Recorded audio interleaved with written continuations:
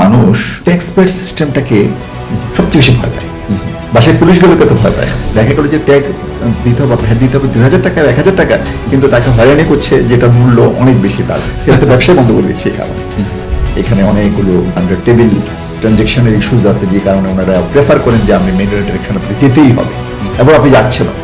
বিকাশ যদি পারে, সরকারি প্রতিষ্ঠান থেকে কেন পারি না চেয়ে বেশি কথা হলে আমরা পারতে চাই না। সাজ্জাদ ভাই, আপনাকে স্বাগতম জানাই কর্পোরেট পডকাস্টে। অনেক ধন্যবাদ আপনাকে কর্পোরেট একাডেমি আয়োজিত আপনার এই সুন্দর টক শোতে আমাকে আমন্ত্রণ জানানোর জন্য। এত ডাইভার্সিফাইড এরিয়াতে আপনি কাজ করেছেন, তো আপনার কেরিয়ারটাকে আপনি আসলে হাউ ইট ইভলভ এবং হচ্ছে গিয়ে এটার যে জার্নিটা এবং ট্রানজিশনটা একটু আপনার কাছে জানতে চাচ্ছিলাম। How you are managing so many thing single row. প্রথমত আসলে কেরিয়ারের সফলতার যে বিষয়টা, এটা খুব আপেক্ষিক একটা বিষয়। এটা এক একটা মানুষের কাছে সফলতার সংজ্ঞা এক এক রকম, তার ব্যাপ্তি এক এক রকম। আমার কাছে যতটুকুতে মনে হয় যে আমি সফল, অন্যজনের কাছে মনে হয় যে না, অতটুকু তুমি সফল না। এটা আসলে একটা ব্যক্তিগত অনুভূতি। তো যদি আপনি সফলতার কথা বলেন, আমার স্যাটিসফ্যাকশন এটা হলো, আমি জীবনে যতটা চেয়েছি, যে জায়গাগুলিতে আমি নিজেকে দেখতে চেয়েছি, আমার আল্লাহর রহমতে আপনাদের সবার আশীর্বাদে আমি সেই জায়গাটায় নিজেকে নিতে পেরেছি। এটাই আমার সার্থকতা। তো এখন জীবনে অনেক কিছু না পাওয়া আছে, সেই না পাওয়াগুলো আসলে আমার চাহিদার মধ্যে হয়তো নাই, এ কারণে আমি এগুলো নিয়ে কোনো আক্ষেপও করি না। সব দিক মিলিয়ে আমি মনে করি যে আমি আমার জায়গাটায় যতটা সম্ভব আসতে পেরেছি। তো যদি বলি যে এই যে শব্দটা আপনি বলেছেন ডাইভার্সিফাইড, আসলে কিন্তু ডাইভার্সিফাইড ওই অর্থে না। মূলত আমি পড়াশোনা করেছি বিজনেসে। আমি চট্টগ্রাম বিশ্ববিদ্যালয়ে BBA MBA পড়েছি ফাইন্যান্সে। তো তখন থেকে আমার মূলত বিজনেস নিয়ে পড়াশোনা, ফাইন্যান্সে যেহেতু পড়েছি, একটু হিসাব নিকাশ, গাণিতিক বিষয়, ম্যানেজমেন্ট প্র্যাকটিস, এগুলোর মধ্যে দিয়ে আমি নিজেকে তৈরি করেছি। পরবর্তী সময়ে যখন আমি প্রফেশনাল স্টাডিতে আসলাম, আমি যখন CA-তে ভর্তি হলাম, তো তখন থেকে আমার আসলে CA পড়ার সাথে সাথে আমার মনে হয়েছে যে CA-টা আসলে কোনো স্ট্যান্ড অ্যালোন সাবজেক্ট না। এটা যে আমি শুধু অ্যাকাউন্টিং জানবো, আমি শুধু ফাইন্যান্সিয়াল ম্যানেজমেন্ট জানবো, আমি ট্যাক্সেশন জানবো, এরকম না। CA-টা আসলে মূলত যেটা আমি দেখলাম যে আমাকে গাইড করেছে কিভাবে বিজনেস মডেলটাকে আন্ডারস্ট্যান্ড করতে হবে, এবং সেখানে কিভাবে কমপ্লায়েন্সগুলো দাঁড় করাতে হবে, এবং সেই জায়গায় যে কন্ট্রোল প্রসিডিউর কীভাবে অ্যাপ্লাই করতে হবে। তখন আমি দেখলাম যে CA-র সঙ্গে লটা ওতপ্রোতভাবে জড়িত। কারণ আমি যদি কর্পোরেট লসগুলো না জানি, এবং আরেকটা বিষয় হলো যে CA পড়তে গিয়ে দেখা যায় CA সাবজেক্টগুলোর সঙ্গে অনেক সাবজেক্টে কিন্তু আমাদেরকে লিগাল সাবজেক্ট পড়তে হয়। সেখানে আপনি জানেন কন্ট্রাক্ট অ্যাক্ট পড়তে হয়, কোম্পানিজ অ্যাক্ট, লিমিটেশন অ্যাক্ট, তারপর আমাদের বিভিন্ন কর্পোরেট যে লগুলো আছে, ট্যাক্স ভ্যাট সহ কাস্টমস, সেগুলো পড়তে হয়। তখন আমার মনে হলো যে যেহেতু পড়াশোনাটা একই রকম, একসাথে একটু ল পড়ি। তখন একসাথে আমি CA এবং ল পড়েছি। পরবর্তী সময়ে বার কাউন্সিল পাশ করেছি, এবং একটা সময় এসে সুপ্রিম কোর্টেও পাশ করেছি। এখন বারেট ল করছি। তো আপনি এখন বারেট ল এবছর পরীক্ষা দিব ইনশাআল্লাহ। So encouraging, thank you. তো এখন এই বিষয়গুলো আসলে যে খুব বিচ্ছিন্ন তা না। পরবর্তী সময়ে আমি যখন CA পাশ করলাম, বার কাউন্সিলে পাশ করলাম, প্র্যাকটিস করছি, তখন মনে হলো যে এমন কোনো বিষয় আছে কিনা যেটা আমাদের দেশের যে ট্রান্সপারেন্সি এবং আমাদের দেশের যে অ্যাকাউন্টেবিলিটির যে ল্যাকিংসটা, এটাকে অ্যাড্রেস করতে পারে এমন কিছু আছে কিনা। তখন আসলে ফরেন্সিক বিষয়টা আমার কাছে আসে, ফরেন্সিক অ্যাকাউন্টিং বা ফাইন্যান্সিয়াল ইনভেস্টিগেশন বিষয়টা আসে। তো এটা নিয়ে আমি 2014-15 থেকে পড়াশোনা শুরু করি। প্রথমে একটা ডিপ্লোমা করি UKতে, এবং পরবর্তী সময় মনে হয়েছে যে না, আমি আর একটু পড়াশোনা করি, কারণ যেহেতু বিষয়টা বাংলাদেশের জন্য একদম নতুন। তো আমি এটা নিয়ে তখন মালয়েশিয়াতে PhD করলাম, ফুল টাইম PhD করেছি। আমি যতটুকু মানে এই বিষয়ে কি PhD আর কেউ করেছেন সোফার? আসলে এই বিষয়ে পার্টিকুলারলি এই বিষয়ে PhD করেছে এমন আমি জানি না। তবে কেউ কেউ হয়তো ফাইন্যান্সিয়াল ক্রিমিনোলজি নিয়ে করেছে, কেউ কেউ হয়তো ফাইন্যান্সিয়াল ট্রান্সপারেন্সি নিয়ে করেছে, এরকম কয়েকজন আছেন ওনারা করেছেন। তবে আমার এতদিনের ফরেন্সিক অ্যাকাউন্টিং অডিটিং নিয়ে কাজ করতে গিয়ে যেটা মনে হলো যে বাংলাদেশে ফরেন্সিক অ্যাকাউন্টিং বিষয়টা বুঝে এমন সংখ্যা হাতে গোনা 5-10 জনের বেশি হবে না ফরেন্সিক অ্যাকাউন্টিং বিষয়টা কি এটা বুঝে। আর ফরেন্সিক অ্যাকাউন্টিং এ কাজ করতে পারে এই সংখ্যাটা সর্বোচ্চ 3 থেকে 4 জনের বেশি আমি এই পর্যন্ত খুঁজে পাইনি। অনেকে আসলে পার্থক্যটা বুঝতে পারে না। আমরা নিশ্চয়ই এটা নিয়ে আলোচনা করব, এটা আমরা ডিসকাশন করব। তো আমরা প্রথম জায়গাতে আসি যে ক্যারিয়ারের যে বিষয়টা, ক্যারিয়ারের বিষয়টা আসলে যদি আমাকে বলেন যে হ্যাঁ আমি আমার স্যাটিসফ্যাকশনের জায়গায় এসেছি, এর পিছনে কি ছিল, সবচেয়ে বড় যে বিষয়টা আমার ছিল এটা হলো আমার বাবা। উনি একজন কলেজের অধ্যাপক ছিলেন। আপনি জানেন যে আমি শিক্ষক পরিবারের সন্তান, আমার বাবা মা দুজনে শিক্ষক, মা প্রধান শিক্ষিকা। তো আমার বাবা আমার খুব বড় মেন্টর আমার লাইফে। তো উনি আমাকে অনেকগুলো টিপস দিয়ে গেছে লাইফে। উনি প্রয়াত, কিন্তু ওনার টিপসগুলো আমি জীবনে খুব ভালোভাবে ফলো করেছি। এর মধ্যে একটা টিপস ছিল যে স্বপ্ন দেখতে হবে বড় করে, তাহলে কেটে সেটে কিছু থাকবে। স্বপ্ন যদি ছোট হয় তাহলে সেই স্বপ্নটা ছোট হতে হতে বেশি ছোট হয়ে হারিয়ে যাবে। তা আমার বাবা আমাকে বড় স্বপ্ন দেখতে শিখিয়েছেন এবং সবসময় বলেছেন যে যখন যেটা করবে সেটা সর্বোচ্চ জায়গায় যাওয়ার চেষ্টা করবে।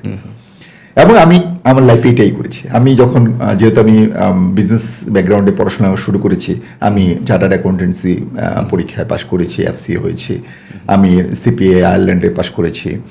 আমি এই লাইনে আমি আমার মনে হয় বাংলাদেশের জন্য অন্তত যতটুকু দরকার আমি সর্বোচ্চ জায়গাটা রিচ করতে পেরেছি। ঠিক একাডেমিক জায়গা তো একটা ভালো মানের ইন্টারন্যাশনাল লেভেলে একটা পিএইচডি করা ভালো ইনস্টিটিউট থেকে সেটা আমি করতে পেরেছি। সেই জায়গাটা আমি সর্বোচ্চ জায়গাটা রিচ করার চেষ্টা করেছি। এবং প্রফেশনাল যদি লিগ্যাল প্রফেশনে আসি, লিগ্যাল প্রফেশনে সবার স্বপ্ন থাকে যে সুপ্রিম কোর্টের একজন অ্যাডভোকেট হওয়া। তো আমিও সেই জায়গাটা রিচ করার চেষ্টা করেছি। এরপরে গিয়ে মনে হলো আরেকটু করা দরকার, সেটা করছি।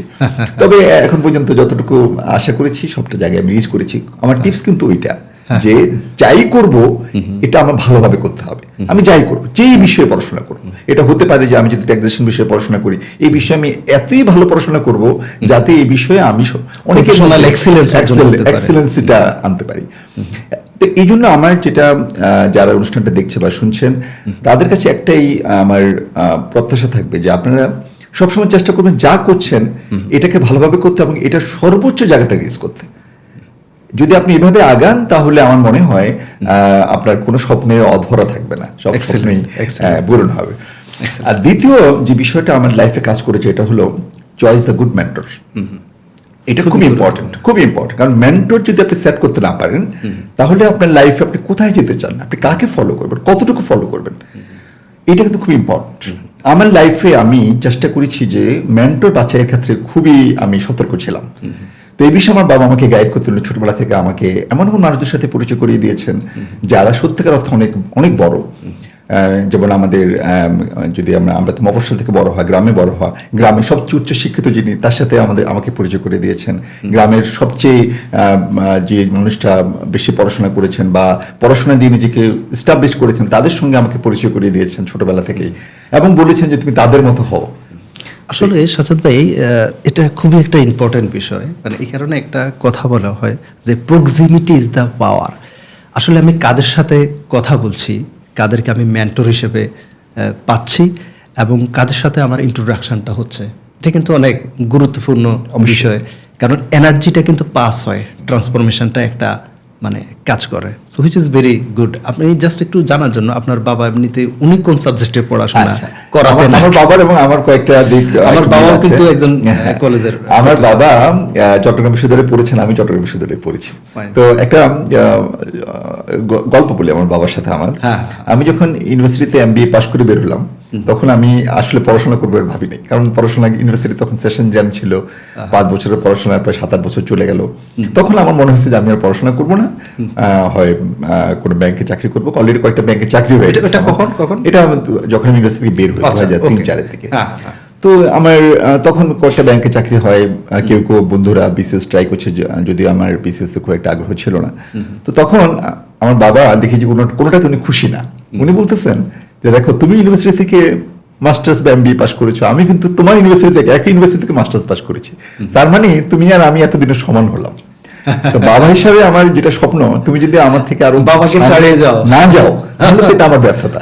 আবার আমাকে বলে গেছে যে তুমি অবশ্যই আমাকে ছাড়িয়ে যাবে, আবার আমি তো হয়তো পৃথিবীতে থাকবো না, তোমার ছেলে মেয়েদেরকে তুমি যদি অক্সফোর্ড ক্যামব্রিজের মতো ইউনিভার্সিটিতে পড়াতে না পারো তাহলে ভাববো এটা তোমার ব্যর্থতা।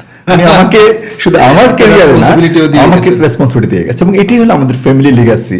এবং বাবা মার একটা বিষয় ইন্টারেস্টিং লাগলো, এই যে আপনি ব্যাংকের কথা বললেন, আপনি কিন্তু এখন একটা ব্যাংকের বোর্ডে আছেন এবং chairman of audit committee, like prime bank পিএলসির মতো। তো কোনো না কোনো ভাবে কিন্তু মানে মানুষের আসলে এটা কানেক্ট হয়ে যায় আর হয়ে যায়। আসলে মানুষের স্বপ্ন থাকলে সেটা পূরণ হয়।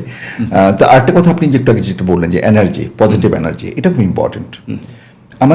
আমি আমার লাইফ থেকে যে শিখেছি, কথাটা একটু তির্যক বা একটু নির্মম মনে হবে, আরেকটা কথা খুব সত্যি। এটা হলো আপনার লাইফে আপনি যদি বন্ধু এবং আত্মীয় স্বজন চয়েসের ক্ষেত্রে যদি ভুল করেন তাহলে আপনার ক্যারিয়ারের অনেক ধ্বংস চলে আসবে।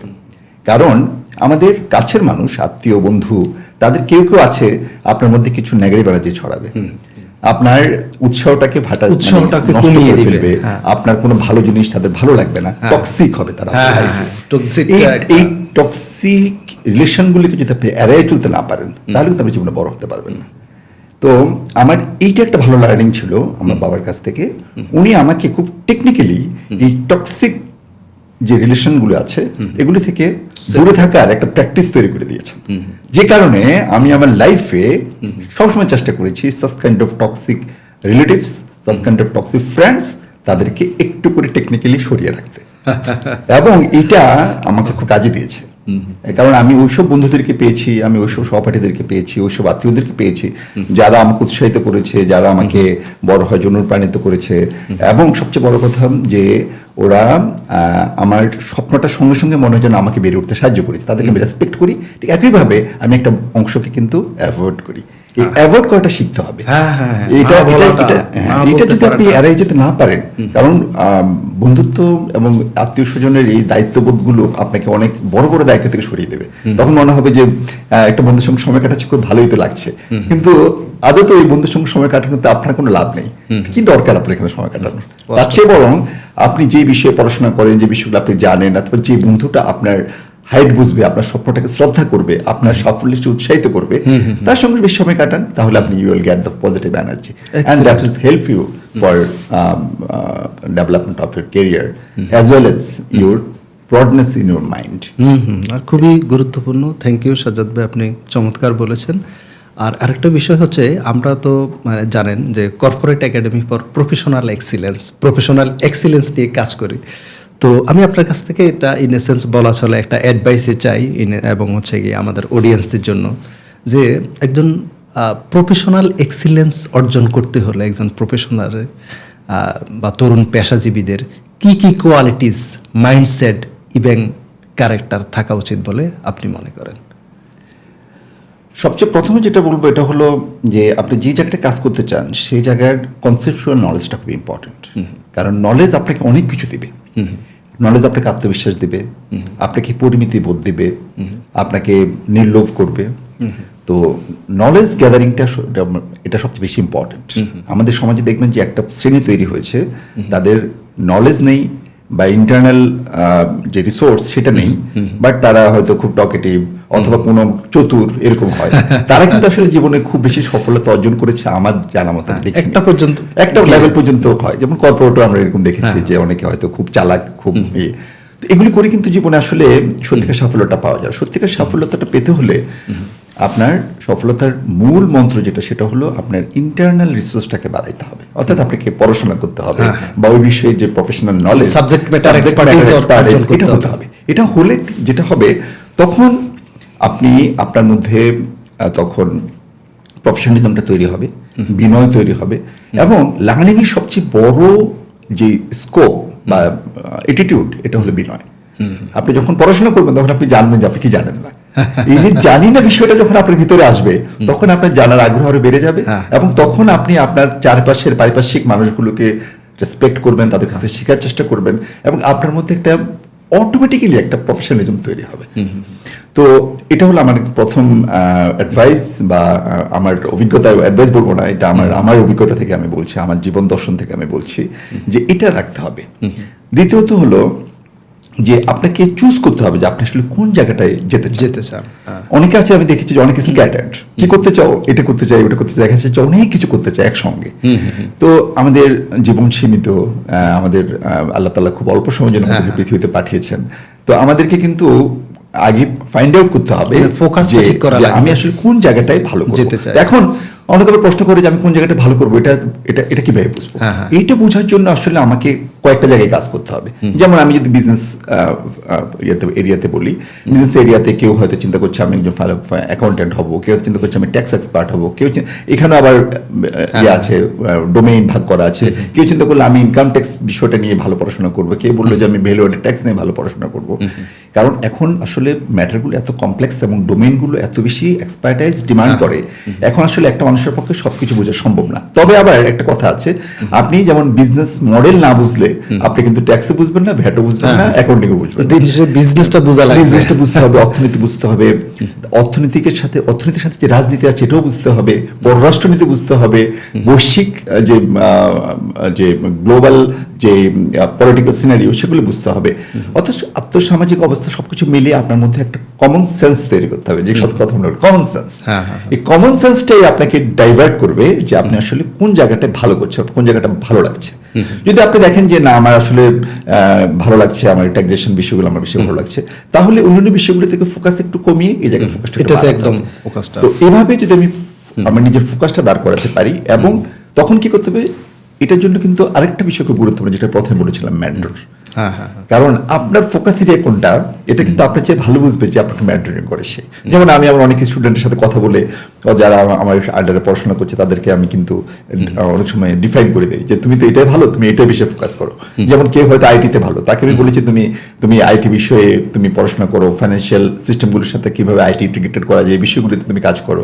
কেউ হয়তো দেখা যাচ্ছে যে ট্যাক্সেশনে ভালো, তাকে বলি যে তুমি বিষয়টা ফোকাস করো। কেউ হয়তো কোম্পানি একটা ভালো, তাকে হয়তো বলি যে তুমি কোম্পানি পারমিশন এই বিষয়গুলোতে কাজ করো। তো এটা কিন্তু এজ এ মেন্টর হিসেবে আমি ধরে দিতে পারি। তো এই জন্য আমি প্রথমে বলেছিলাম যে একটা মানুষের সফলতার জন্য মেন্টরটা খুব ইম্পর্টেন্ট। তো আপনাদের কর্পোরেট একাডেমির একটা জিনিস আমার ভালো লাগে যে আপনারা যে এখানে যে মাল্টি ডাইমেনশনাল প্রফেশনালদেরকে যেভাবে আপনারা নিয়ে আসছেন এবং তাদেরকে আপনাদের স্টুডেন্ট এবং আপনাদের অ্যালামনাইদের সামনে আনছেন, এটা কিন্তু একটা খুব ভালো একটা ইনিশিয়েটিভ। কারণ এটার মধ্যে থেকে ওরা ভালো মেন্টর খুঁজে বের করতে পারবে, যেটা ওনাদের লাইফে এই মেন্টরশিপটা একটা যুগান্তকারী চেঞ্জ এনে দিতে পারবে। যেটা আপনার পড়াশোনা কোচিং এটা চেয়ে বেশি ইম্পর্টেন্ট হলো এটা, যে আপনি যে এই যে প্রফেশনালদেরকে আপনার অডিয়েন্সের সামনে, আপনি অ্যালামনাইদের সামনে আনছেন, তাদের সাথে কথা বলার সুযোগ করে দিচ্ছেন, তাদের কাছ থেকে ফিডব্যাক নেওয়ার সুযোগ করে দিচ্ছেন। আমার মনে হয় এই উদ্যোগটা আপনার কাছ থেকে অন্যদের শেখার আছে। তো এই জন্য আমি আসলে কর্পোরেট একাডেমিকে ধন্যবাদ জানাবো। থ্যাংক ইউ সাজ্জাদ ভাই, আমি আসলে সো গ্রেটফুল টু ইউ। আপনি বরাবরই আসলে ভালো উদ্যোগে আপনি সবসময় আপনি উৎসাহ দেন, এটা খুবই আশাব্যঞ্জক। We are so grateful to you. আপনার সাথে আমি পার্সোনাল ফাইন্যান্স নিয়ে ডিসকাশন করব, ঠিক আছে? এটা আমি আপনার একটা বক্তব্য শুনেছিলাম আমাদের একটা প্রোগ্রামে। আমি সেদিনই মানে ওই সময় আমরা পডকাস্ট শুরু করি নাই, বাট আমার ওই সময় মাথায় ছিল যখন আমি পডকাস্ট শুরু করব সাজ্জাদ ভাইকে এই টপিকস নিয়ে I will invite, personal finance নিয়ে। তো তার আগে আমি আপনি যেহেতু তরুণদেরকে নিয়েও কাজ করেন, যেহেতু ইউনিভার্সিটিতে পড়ান এবং দুইটা ডিপার্টমেন্টে পড়ান, ল এবং অ্যাকাউন্টিং, পাশাপাশি প্রফেশনাল কমিউনিটিতে কাজ করেন, বিভিন্ন ফোরামে কথা বলেন, তরুণদের উদ্দেশ্যে আপনার যদি কোনো অ্যাডভাইস থাকে, তরুণরা কিভাবে আসলে তাদেরকে গ্রুমিং করবে বা তারা কিভাবে স্বপ্নটা দেখবে, এটা যদি তরুণদের উদ্দেশ্যে যদি কিছু মানে পার্টিকুলারলি আর কি। ধন্যবাদ। হ্যাঁ, আসলে তরুণদের নিয়ে আমি অনেক গুলো জায়গায় কাজ করেছি। একটা সময় আমি রেডিওতে একটা শো করতাম তরুণদের জন্য। আচ্ছা। তো এটা কেরিয়ার প্ল্যানিং নিয়ে, এবং এই শোটা খুব জনপ্রিয় ছিল, এবং আমি চেষ্টা করতাম তরুণদেরকে তাদের কেরিয়ার প্ল্যানিং এ কিছুটা সহায়তা করার জন্য। ইন এডিশন আমি সরকারের আইসিটি মিনিস্ট্রিতেও সেখানেও দীর্ঘদিন আমি সিনিয়র কনসালটেন্ট ছিলাম, এবং সেখানেও মূলত আমি তরুণ যারা উদ্যোক্তা, এন্টারপ্রেনিয়র এবং স্টার্ট আপ নিয়ে যারা কাজ করে তাদের সাথে আমি দীর্ঘদিন কাজ করেছি। তো এই জন্য তরুণদের সাইকোলজি, তাদের মোটিভ, তাদের সব কিছুই আমার একটু জানা আছে, পরিচিত বিষয়গুলো সম্পর্কে, আবার ইউনিভার্সিটিতেও পড়াই। এখনকার তরুণদের মধ্যে আমি আসলে একটু বিভ্রান্তি দেখি, একটু মানে ডিস্ট্রাকশনটা, একটু ভ্রষ্টতা দেখি আসলে, এবং একটু হতাশ হই। তবে এটা সবাইকে না, আমি এর মধ্যে অনেক তরুণকে দেখেছি, আমরা অনেক স্টুডেন্টদেরকে দেখেছি যারা খুবই ফোকাসড, খুবই এখনো আমার মনে হয় তাদের কাছ থেকে এখন আমরা অনেক কিছু প্রত্যাশা করতে পারি। তবে ওভারঅল আমাদের তরুণদের মধ্যে একটু আমি বলবো যে তাদের মনস্তাত্ত্বিক জগতে কিছু নেগেটিভ চেঞ্জ এসেছে। যে চেঞ্জগুলো আসলে যদি রেকটিফাই করা না যায়, তাহলে অদূর ভবিষ্যতে আমাদের দেশের সবচেয়ে বড় যে শক্তি, তারুণ্যের শক্তি, আমাদের দেশে তো আপনি জানেন যে আমাদের যে ডেমোগ্রাফি, সেখানে কিন্তু তরুণদের অংশগ্রহণটাই বেশি। এবং আমাদের ডেমোগ্রাফিক ডিভিডেন্ড যদি আমরা এনক্যাশ করতে চাই, তাহলে তরুণদেরকে কাজে লাগাতে হবে। কিন্তু তরুণরা এখন আসলে বুঝতে পারছে না তারা আসলে কোথায় যাবে, কি করবে। কারণ আমি একটা ছোট্ট গল্প বলি, তাহলে সহজ হবে। একবার একটা গ্রুপ অফ কোম্পানির তারা কিছু এক্সিকিউটিভ নেবে, সেখানে ইন্টারভিউ কল করা হলো। তো সেখানে ইন্টারভিউ বোর্ডে আমাকে এক্সটার্নাল এক্সপার্ট হিসেবে বোর্ডের চেয়ারম্যান করেছে। তো আমি তখন ইন্টারভিউ নিচ্ছিলাম, তো মফস্বল থেকে একটা ছেলে আসলো, তার সিবি দেখলাম আমি, তো সিবিতে আমি দেখলাম যে সিবিতে রেফারেন্স দিয়েছে সেখানকার চেয়ারম্যানের নাম, মানে ইউনিয়ন চেয়ারম্যান, এবং ওখানকার রাজনৈতিক দলের কয়েকটা পদ পদবি। আমি তাকে প্রশ্ন করলাম যে তুমি তোমার রেফারেন্সে দেখলাম যে তুমি চেয়ারম্যান পলিটিক্যাল ইয়ে দিয়েছো, তো আসছো কর্পোরেট চাকরি করতে, তো তো তোমার আসলে তুমি কেন ওদেরকে মনে হয়েছে যে তোমার এখন আমি দেখলাম যে তার চোখে মুখে ওই যে গ্রামে যারা পলিটিক্স করছে, যারা টাকা ইনকাম করে অনেক বড়লোক হয়ে গেছে, অনেক ক্ষমতাশীল হয়ে গেছে, তার চোখে মুখে ওই বিষয়টাই রিফ্লেক্ট করছে। রাদার সে যে পড়াশোনা করছে, সে যে কেরিয়ার দিয়ে সে নিজেকে ডেভেলপ করবে, এইটা তার সেকেন্ডারি চয়েস হয়ে দাঁড়ায়, মানে নিজেকে এক্সপ্লোর করাটা পরে মেন্টরশিপ তার মেন্টরের মধ্যে দাঁড়িয়েছে যে কিভাবে শর্টকাটে বড়লোক হওয়া যায়, কিভাবে সমাজে আছে। তো আমি তাকে জিজ্ঞেস করলাম যে তোমার সিভিতে যদি আমি দেখতাম যে তুমি তোমার একজন শিক্ষককে তুমি রেফারেন্স হিসেবে দিয়েছো, তাহলে কিন্তু আজকে আমি খুব খুশি হতাম, হতাম। আমি ওর এই মেন্টাল ইয়েটা রিড করলাম যে আমাদের তরুণরা আসলে কাদেরকে ফলো করছে, সোসাইটিতে কাদেরকে ফলো করছে, যারা পড়াশোনা করছে না, বা যারা আঙ্গুল ফুলে কলা গাছ হয়ে গেছে, বড়লোক হয়ে গেছে, যারা অধিক পরিমাণে ক্ষমতা প্রদর্শন করছে, আমাদের ছেলেমেয়েরা এখন তাদের দিকে ঝুঁকে পড়ছে, তাদের মতো হতে চায়, শর্টকাট ক্যারিয়ার করতে চায়। এইটা একটা ডিজাস্টার। এটা থেকে যদি আমাদের ছেলেমেয়েরা বেরোতে না পারে, তাহলে কিন্তু অনেকগুলো সমস্যা তৈরি হবে। সেটার জন্য আপনার এই যে একটা হতাশা তৈরি হবে, হতাশা থেকে তাদের মধ্যে মাদকাসক্ত হওয়ার টেন্ডেন্সি তৈরি হবে, তাদের মধ্যে যে ফ্রাস্ট্রেট হয়ে বিভিন্ন সামাজিক অনাচার করার একটা টেন্ডেন্সি তৈরি হবে। এই জায়গাটা থেকে কিন্তু আমার তরুণদেরকে বের করে আনতে হবে। আমি আমার তরুণদেরকে, আমাদের অগ্রজ অনুজদেরকে বলবো যে আপনারা আসলে একটু চেষ্টা করেননি নিজেকে কিভাবে এক্সপ্লোর করা যায়, নিজের ভিতরে শক্তিটা কিভাবে সামনে আনা যায়। এই জন্য উচিত যে তাদেরকে বিভিন্ন গ্রুমিং প্রোগ্রামের মধ্য দিয়ে আপনারা যেটা করছেন এরকম করে তাদেরকে ওই আইকনগুলোকে সামনে আনা যাদেরকে আসলে ফলো করা যায়। ওরা যাদেরকে ফলো করছে তারা কিন্তু যেমন একজন লিডার, আমি একদম খুব এটা প্রকাশ্যেই বলি, অনেক জায়গায় বলি, একজন লিডার সে চায় যে তার যত কর্মী আছে এর মধ্যে সবগুলো বখাটে হোক, তাহলে সে মিছিলে লোক পাবে, তাহলে সে মারামারি করতে পারবে, তাহলে সে তার মাসেল বৃদ্ধি করতে পারবে। তারা কেউ কিন্তু চায় না যে আমার সন্তান আপনার সন্তান বড় হোক। এখন আমার সন্তানরা যদি তাদেরকে ফলো করে তাহলে তাদের মধ্যে ওই টেন্ডেন্সি তৈরি হবে এবং তারা আস্তে আস্তে বকে যাবে। তা আমার মনে হয় তাদেরকে আমাদের এমন মানুষদেরকে সাথে পরিচয় করে দেওয়া উচিত যারা নিজেরা নিজের শক্তি বলে নিজেরা সমৃদ্ধ হয়েছে, সমাজকে আলোকিত করেছে, রাষ্ট্রকে আলোকিত করেছে, এবং তাদের এই ছায়ায় তাদের কাছ থেকে দিক নির্দেশনা পেয়ে আমাদের তরুণরা যাতে তাদের নিজেদের কেরিয়ার তৈরি করে। এবং একটা জিনিস মনে রাখবেন, যে ছেলে নিজে তৈরি হয় সে তার পরিবারকে তৈরি করে, সে তার সমাজকে তৈরি করে, সে তার রাষ্ট্রকে তৈরি করে। এটা ধারাবাহিকভাবে আসতে হবে। আমি যদি নিজের কেরিয়ার না করে, নিজেকে তৈরি না করে, আমার পরিবারকে কন্ট্রিবিউট না করে, সোসাইটিকে কন্ট্রিবিউট না করে আমি রাষ্ট্রকে কন্ট্রিবিউট করতে যাই, তাহলে আমি রাষ্ট্রের জন্য একটা লায়াবিলিটি হব। আমাদের রাষ্ট্রের লায়াবিলিটি বেড়ে গেছে।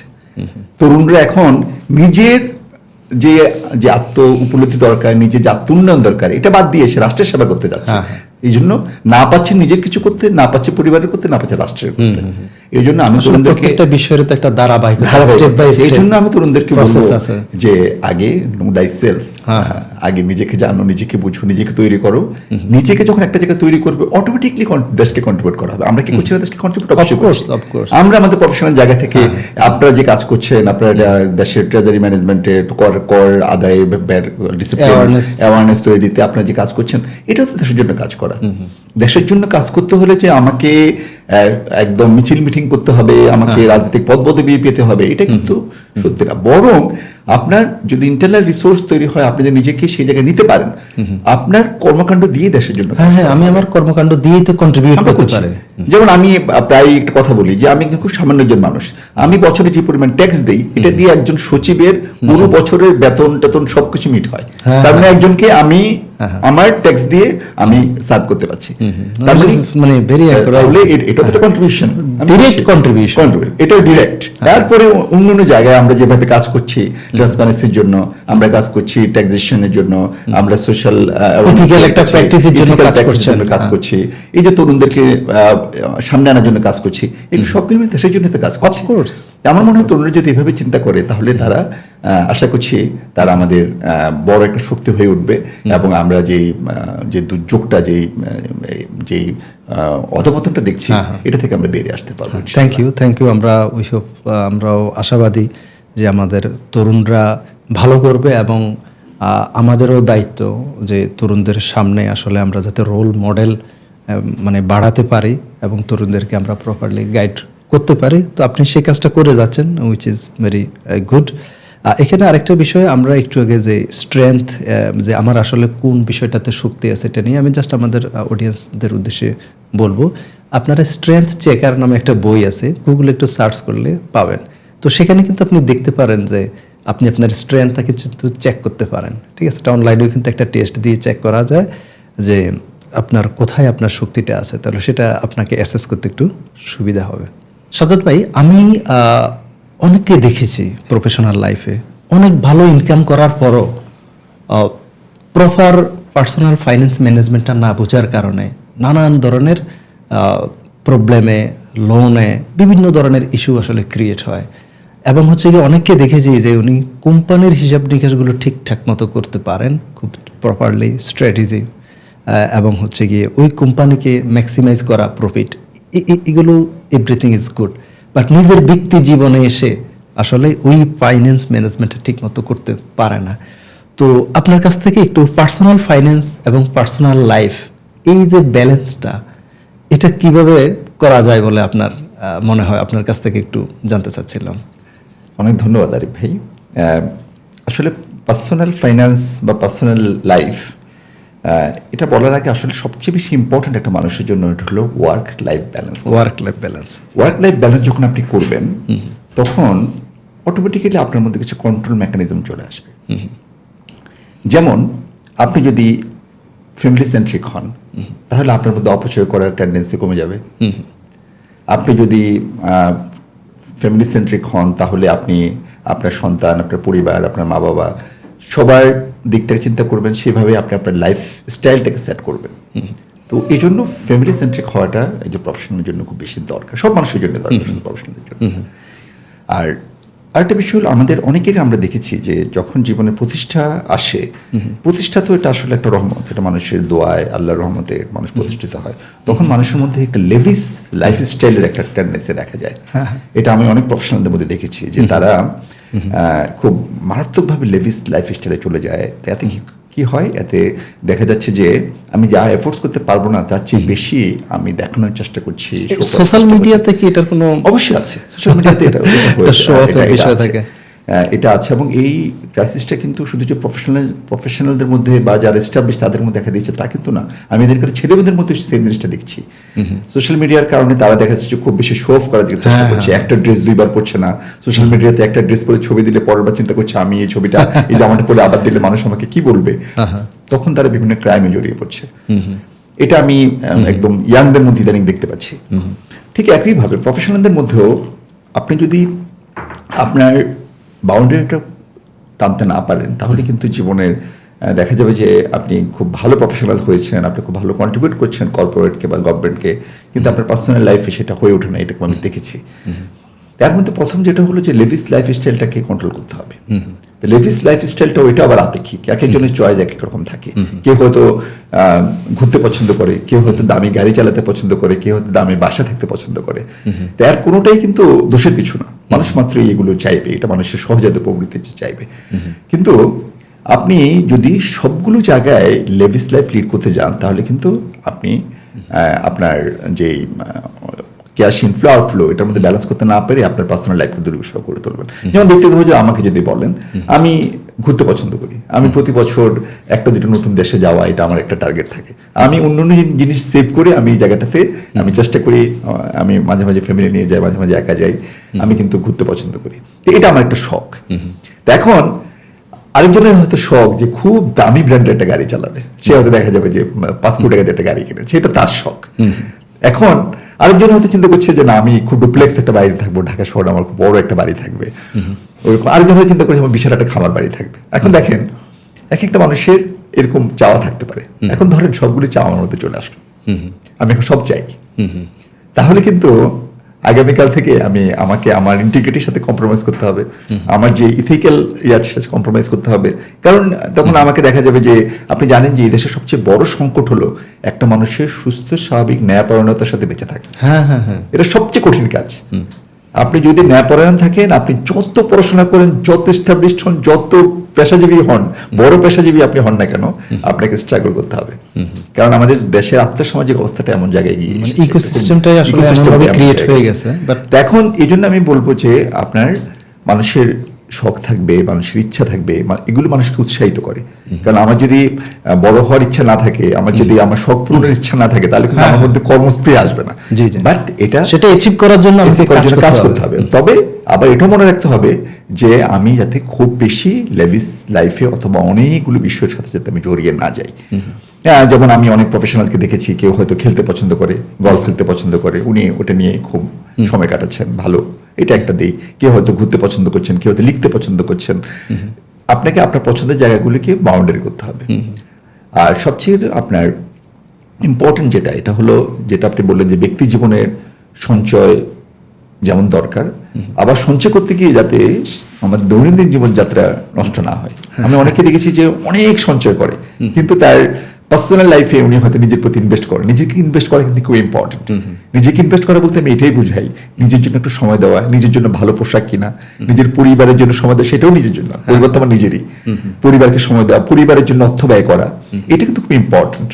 কারণ আপনি একটা ধারাবাহিকভাবে আপনার কেরিয়ার করছেন, আপনি কন্ট্রিবিউট করছেন সোসাইটিতে, আপনি কর্পোরেটকে সার্ভিস সার্ভ করছেন, গভর্নমেন্টকে সার্ভ করছেন, একইভাবে তো আপনার পরিবারকেও সামনে নিয়ে যেতে হবে। তার মানে এই যে ব্যালেন্সটা করা, এটা খুব ইম্পর্টেন্ট। আমাদের মধ্যে অনেকে দেখি যে খুব বেশি ক্রেডিট কার্ড ইউজ করছেন, তারপর খুব বেশি লোন সেন্ট্রিক হয়ে যাচ্ছেন, এগুলো থেকে যতটা পার্সোনাল লাইফে অ্যাভয়েড করা যায়। ক্রেডিট কার্ড প্রসঙ্গটা যেহেতু এসেই গেল, মানে এটা নিয়ে আসলে আমি এমনিতেই কথা বলতাম। আমি অনেককে দেখেছি, ধরেন তার ইনকাম হচ্ছে 1 লাখ টাকা, বাট সে লাইফস্টাইল মেনটেন করে 1,20,000 টাকার থ্রু ক্রেডিট কার্ড। এবং শুরুতে তো এটা খুব এক্সাইটিং মনে হচ্ছে যে ফাইন, টাকা তো আর এই মুহূর্তে দেওয়া লাগছে না, বাট পরবর্তীতে যদি একটা ফাইন্যান্সিয়াল বার্ডেন ক্রিয়েট হয়, তো আপনি তো একটা ব্যাংকের বোর্ডেও আছেন, ক্রেডিট কার্ড ইউজ করাটা কি ডিসক্রেডিট নাকি প্রপারলি মেনটেন করতে পারলে বরং এটা মানে ভালোই হয় সেক্ষেত্রে? এখন এটা এই লোভটা কিভাবে সংবরণটা করবে আর কি, যে আমি 1 লাখ টাকা ইনকাম, আমি যাতে 1,20,000 টাকা লাইফস্টাইল না, ওর মাঝে যাতে আমি মেনটেনটা করতে পারি আর কি। আচ্ছা, আমি আসলে সব বিষয়ে কথা বলার সময় আমি নিজের উদাহরণটাই দিই, কারণ আমি বিশ্বাস করি যে আমি নিজে যেটা প্র্যাকটিস করি সেটাই বলা উচিত, তা না হলে তো এটা একটা হিপোক্রেসি হয়ে যাবে। পার্সোনাল লাইফে আমি 2টা ক্রেডিট কার্ড মেনটেন করি। এখন প্রশ্ন হচ্ছে 2টা কেন? 2টাই কারণেই, কোনো কারণে কোনো একটা প্রবলেম হলে আরেকটা ক্রেডিট কার্ড যাতে আমাকে সাপোর্ট করে, সেফটির জন্য 2টা ক্রেডিট কার্ড রাখি। এবং আমি ক্রেডিট কার্ড ব্যবহার করি আমার মনে হয় 20-25 বছরের বেশি হবে। আজকে পর্যন্ত কোনোদিন আমি কোনো পেনাল্টি বা কোনো ডিলে পেমেন্ট দেইনি। এক্সিলেন্ট। আজকে পর্যন্ত কোনো এক্সিলেন্ট। তো আমি কিন্তু ব্যক্তিগত জীবনে খুব বেশি লোন রিভার্সি, আমি একটু আমার I have no personal loan. কিছু যা ছিল আমি আমার লাইফ স্টাইল কাট করে আমি এগুলো রিপে করে দিয়েছি। আমার পার্সোনাল লাইফে আমি কোনো লোন রাখিনি, আর পার্সোনাল লাইফে কোনো ক্রেডিট কার্ডের কোনো ডিউ থাকে না। এবং ব্যক্তি জীবনে পৃথিবীর এই মুহূর্তে মনে হয় কেউ বলতে পারবে না যে আমার কাছে কোনোভাবে আমি তার কাছে ঋণী। মানে আমি আমার পার্সোনাল, আমার পারিবারিক যত লাইবিলিটি আছে, আমি এটা একদম, আমি যখন পিএইচডি করি তখন পড়াশোনার ফাঁকে ফাঁকে আমার বিদেশে থাকতাম, তো তখন কিছু চিন্তা ভাবনার সময় থাকতো, তো পড়াশোনা করতাম, দেখা থাকতাম মাঝে মাঝে, তখন আমি ভেবে ভেবে বের করেছি যে ছোটবেলা থেকে কোথায় কোথায় কারা কারা আমাকে কন্ট্রিবিউট করেছে, মানে হয়তো আমাকে ভালো আপ্যায়ন করেছে বা আমার পরিবারকে ভালো আপ্যায়ন করেছে বা আমায় কোনো গিফট করেছে, আমি তার চেয়ে ডাবল গিফট দিয়ে সেগুলো সব লাইবিলিটি রিডিউস করেছি। মানে পারতপক্ষে আমার স্মরণে বা আমার নলেজে এমন কেউ নাই যে পৃথিবী যার কাছে আমি কোনোভাবে ঋণী আছি, সামষ্টিকভাবে সবার কাছে, যারা আমার সোসাইটিতে যারা আছে, আমার গ্রামের মানুষ, আমার আত্মীয় স্বজন, আমার বন্ধু বান্ধব যারা আমাকে সবসময় উৎসাহ উদ্দীপনা দিয়েছে, তাদের কাছে তো ঋণ, এই ঋণ তো শোধ করতে পারবো না, বাট ফাইন্যান্সিয়াল কোনো ঋণ কিন্তু আমি নাই। আসলে ফাইন্যান্সিয়াল মানে ঋণটা, ব্যক্তিগত ঋণটা এত বেশি গুরুত্বপূর্ণ। এবং একজন মানুষ যখন মারা যায় তখন দেখা যাচ্ছে যে মানে একটাই কথা থাকে যে ওনার ঋণ আছে কিনা। এবং আপনি হয়তো খেয়াল করে দেখবেন, আমাদের সাবেক একজন প্রধানমন্ত্রী কিছুদিন আগে যিনি মারা গিয়েছেন, তো এবং ওনার ছেলে বর্তমান প্রধানমন্ত্রী যিনি, এত লক্ষ লক্ষ মানুষ জানাজা এসেছে, ঠিক আছে, উনি কিন্তু 1 মিনিট বক্তব্য দিয়েছেন ওনার মায়ের যে জানাজায়, এবং কথাটা শুধু একটাই ছিল, উনি এত বছর প্রধানমন্ত্রী ছিল, এত বড় বড় পদে ছিল, ওগুলো নিয়ে কোনো কথা বলে নাই, শুধু একটা কথা উনি বলছেন যে আমার মায়ের যদি কোনো ঋণ থাকে আপনাদের কাছে, আপনারা আমাদের সাথে যোগাযোগ করবেন, আমরা সেই ঋণটা শোধ করে দেব।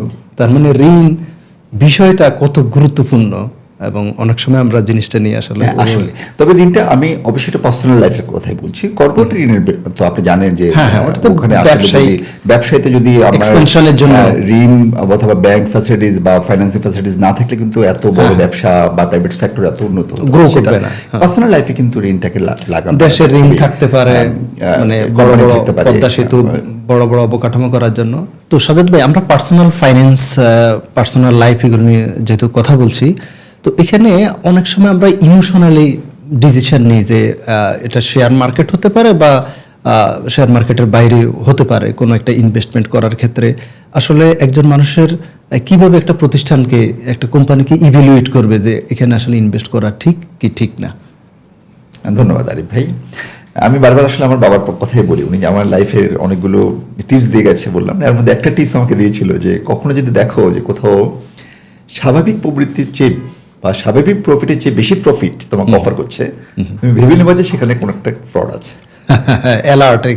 আমি ছোটবেলা থেকে বিভিন্ন লটারি, বিভিন্ন কিছু এই জায়গাগুলিতে আমি সবসময় যখন আমি এগুলো আমার সামনে আসছে, আমি আমার বাবার সেই কথাটা মনে রেখেছি। তার মানে প্রত্যেকটি ইনভেস্টমেন্টের একটা লজিক্যাল রিটার্ন আছে। তার মানে যদি আমি খুব স্পেসিফিক্যালি প্রোডাক্ট ওয়াইজ বলি, যে আপনি যদি রিস্ক ফ্রি ইনভেস্টমেন্টে যান, আপনি যদি সঞ্চয়পত্র কিনেন, সেখানে আপনি হয়তো 11-12 যদি রেট হয়, আপনার এফেক্টিভ রেট হয়তো 9-10, 8-9 এরকম থাকবে। আপনি যদি অন্য ডিপিএস ব্যাংক ট্যাঙ্কে যান, সেখানে তো আরো একটু বেশি থাকবে। লিজিং কোম্পানিতে গেলে রিস্ক আরো একটু বেশি, কারণ ইনস্টিটিউশনগুলোর ভিত্তি দুর্বল, সেখানে আপনাকে রিটার্ন বেশি দেবে, বাট রিস্ক থেকে যাচ্ছে। তার মানে সেখানেও আপনি ঘুরে ফিরে হয়তো দেখা যাবে 14-15 এরকম থাকছে। আপনি শেয়ার মার্কেটে যাচ্ছেন, সেখানে যেহেতু আপনি বিজনেস করছেন, আপনি রিস্ক নিচ্ছেন, সেখানে হয়তো আপনার রিটার্নটা 15-20 হতে পারে, মানে হাইয়েস্ট এক্সপেক্টেড রিটার্ন। এখন আমি যদি আপনাকে অফার করি যে আপনি আসেন আমার সাথে একটা ব্যবসা করেন, আমি আপনাকে বছর ঘুরতে আপনাকে আমি ডাবল বেনিফিট দেবো, আপনাকে দেবো, তখন আপনার লোভটাই কিন্তু আপনাকে সে বিপদের দিকে নিয়ে যাবে। আমাদের চারপাশে, এটা শুধু বাংলাদেশে না, ওয়ার্ল্ড ওয়াইড এরকম অনেক স্ক্যাম আমাদেরকে, এই যে অনলাইন জুয়া থেকে শুরু করে সবকিছু কিন্তু এই ধরনের প্রলোভনগুলোই। তার মানে আপনাকে প্রথমেই যেটা হতে হবে, এটা হলো রেশনাল হতে হবে, যৌক্তিক হতে হবে নিজের চিন্তায়, নিজের বোধে, যে কত হতে পারে একটা জায়গায় নর্মাল প্রফিট, কত হতে পারে, এর চেয়ে বেশি বলছে, তার মানে এখানে কোনো না কোনো ঝামেলা আছে। আপনি যদি এই ইকুয়েশনটা যদি আপনি মাথায় নিতে পারেন, একবার যদি সেট করে ফেলতে পারেন, পৃথিবীর কোনো স্ক্যাম, কোনো মডেল আপনাকে ঠকাতে পারবে না। মানে লোভটা সংবরণ করতে হবে, এবং এটা যদি আপনি যেটা বললেন যে সেট পয়েন্টটা যদি আমি ঠিক করতে পারি যে আসলে আমার প্রফিট কত হইতে পারে, ঠিক আছে, এর বাইরে হওয়া মানে বা ডাবল দিয়ে দিবে, ব্যবসাটা তত সহজ না। পৃথিবীর কোনো বিজনেসই, কোনো ভালো বিজনেসই এই পরিমাণ রিটার্ন দিবে না। তো এই জিনিসটা কিন্তু আমাদের মধ্যে খুব বেশি হয়, যে আমরা খুব অল্প সময়ের মধ্যেই ইমোশনালি, যেটা বললেন যে আমরা এরকম ইনভেস্টমেন্টের ইয়েতে পড়ে যাই, তো এটা থেকে নিজেকে দূরে রাখতে হবে। আর আরেকটা কথা একটু বলে ফেলে, এটার সাথে একটা সম্পর্ক আপনি একসাথেই মানে ডিসকাশন করতে পারেন, সেটা হচ্ছে সোশ্যাল মিডিয়া ভিত্তিক। তো এখন খুব ইজি মানে মানুষকে আকৃষ্ট করা। তো এর বাইরে আমরা ডেস্টিনি, ইভেলি এই ধরনের দেখেছি, এবং কিছুদিন আগে আপনিও হয়তো পত্রিকায় দেখেছেন যে একটা এডুকেশন স্টার্টআপ আর ফাউন্ডারকে এয়ারপোর্টে অ্যারেস্ট করে। মানে সোশ্যাল মিডিয়ার এই যে খুব ইজিলি যে মানুষকে রিচ আউট করা যাচ্ছে এবং প্রলুব্ধ করা যাচ্ছে, মানে সবগুলো মিলিয়ে আর কি যদি আপনি একটু বলেন যে। হ্যাঁ, থ্যাংক ইউ আরিফ ভাই। আসলে যেটা হয়েছে, এই যে ঘটনাগুলো ঘটছে, এগুলো কিন্তু বিচ্ছিন্ন ঘটনাও বলবো না, আমাদের রাষ্ট্রীয় কাঠামোর কিছু দুর্বলতাও কিন্তু এগুলো করার জন্য আমাদেরকে উৎসাহিত করছে। যেমন আজকে যদি ক্যাপিটাল মার্কেট ঠিক থাকতো, আপনি শেয়ার মার্কেটে ইনভেস্ট করতেন। আপনি যদি ব্যাংকিং সিস্টেমটা ভালো থাকতো, আপনি নির্ভয়ে বিভিন্ন ব্যাংকে বিভিন্ন স্কিমে আপনি যেতেন। কিন্তু আমাদের যেটা দুর্ভাগ্য, এটা হলো বিভিন্ন কারণে আমাদের এই সেক্টরগুলো যখন কলাপস করেছে, মানুষের এখন আসলে মানে অল্টারনেটিভ ওভাবে তৈরি হয়নি। কারণ আপনি তো ক্যাশ টাকা ঘরে রাখবেন না, সেখানে নিরাপত্তা নেই। নিরাপত্তা ব্যবস্থা জানেন, প্রতিদিন বিভিন্ন দুর্ঘটনা ঘটছে, আপনি নিরাপদ না। আপনি অল্প কিছু টাকা নিয়ে বের হয়েছেন, তাও চিন্তায় ভয় করছেন আপনি। তার মানে রাষ্ট্রীয় কাঠামোই আমাকে আসলে এ ধরনের প্রলুব্ধ হওয়ার জন্য অনুপ্রাণিত করছে, এটা আমি রাষ্ট্রীয় একটা ডিজাস্টারে বলবো। তবে আমাদেরকে ব্যক্তি জীবনে একটু সতর্ক থাকতে হবে, যে যেটা বললাম যে একটু যৌক্তিক হতে হবে, যে আমি একটা কথা সোশ্যাল মিডিয়াতে এ ধরনের বিষয়গুলো যাওয়ার আগে আমি যেটা বলবো যে আপনার যদি ইনভেস্টমেন্ট করার মতো আপনার রুম থাকে, সুযোগ থাকে আপনার, আপনি যেগুলো রিস্ক ফ্রি আছে আপনি এগুলোকে অ্যাড্রেস করেন, এগুলো অ্যাড্রেস করার পর দেন আস্তে আস্তে আপনি অন্যান্য জায়গাগুলোতে ইনভেস্ট করেন। যেমন আপনি অবশ্যই আপনার সঞ্চয়ের একটা বড় অংশ আপনি ফুল সিকিউর জায়গাগুলোতে, সঞ্চয়পত্র, bond, treasury bill, treasury bond এবং ভালো ব্যাংকগুলোতে যদি ইনভেস্ট করেন তাহলে সেটা থেকে একটা রিটার্ন আপনার আসবে। এরপরে যদি আপনি এন্টারপ্রেনিয়রশিপ দৃষ্টিভঙ্গি থেকে আগান, তখন আসে যে আমার বিজনেসকে কীভাবে ইভ্যালুয়েট করবো, যে আমি একটা বিজনেসে কীভাবে আমি কাজ করব। তা আপনি জানেন যে সেখানে কিন্তু একটা বিজনেসে যাওয়ার আগে আপনাকে অবশ্যই একটা প্রফেশনাল ডিউ ডিলিজেন্স করতে হবে, অর্থাৎ সেই বিজনেসটা কি, কারা করছে, কি করছে, সেটার ডকুমেন্টসগুলো ইন্ডিপেন্ডেন্টলি চেক করতে হবে। যেমন আপনি যদি কোনো কোম্পানিতে ইনভেস্ট করতে চান, সেই কোম্পানির শেয়ার হোল্ডিংয়ে কারা আছে, কোম্পানির প্রগ্রেস কীরকম, লাস্ট ফাইন্যান্সিয়ালসগুলো কেমন গেছে, কোম্পানির বিজনেস মডেলটা কি, সেটা আপনাকে বুঝতে হবে। এবং তখন আপনি নিজেই ক্যালকুলেশন করতে পারবেন যে এই বিজনেস মডেলে আসলে এত টাকা প্রফিট কীভাবে হয়। তো অবশ্যই কোনো কোনো বিজনেস আছে যেগুলোতে আপনার প্রিমিয়াম প্রফিট হয়, সেটা আছে, কিছু সেক্টর আছে, বাট সেটাও কি কতটা জাস্টিফাইড, সেই কোম্পানিকে আসলে এই সক্ষমতা অর্জন করে করে জায়গায় আসছে কিনা, নাকি এটা ভুলভাল রিপোর্টিং করছে, সেগুলো কিন্তু আপনাকে দেখে টেকেই আপনাকে বিনিয়োগে যেতে হবে যদি আপনি ইনস্টিটিউশনাল ইনভেস্টমেন্টে যান। আর পার্সোনাল ইনভেস্টমেন্টের ক্ষেত্রে অবশ্যই সোশ্যাল মিডিয়া সহ এ ধরনের যেসব প্রোপাগান্ডা ভিত্তিক যেসব অফারগুলো আছে, এগুলোকে ব্যক্তি জীবনে এড়িয়ে চলাটি স্মার্টনেস। আপনি স্মার্ট হলে আপনি ইংরেজি, কারণ আপনি যদি আপনি গুড প্রফেশনাল, আপনি সবই আপনার পড়াশোনা ভালো, আপনি ভালো জানেন, ভালো বুঝেন, আর পার্সোনাল লাইফে আপনি যদি এরকম একটা স্ক্যান্ডালের মধ্যে পড়ে যান, তাহলে কিন্তু আপনার নিজের প্রতি আত্মবিশ্বাস কমে যাবে, যে আমি এত বড় প্রফেশনাল কিন্তু আমি এরকম একটা বিষয়ে পড়ে করে ফেললাম। তা আমি কিন্তু আমার ব্যক্তিগত লাইফে এগুলোকে খুব অ্যাভয়েড করি, এবং আমি শেয়ার বাজারে ইনভেস্টমেন্ট আছে আমার কম বেশি আগে থেকেই।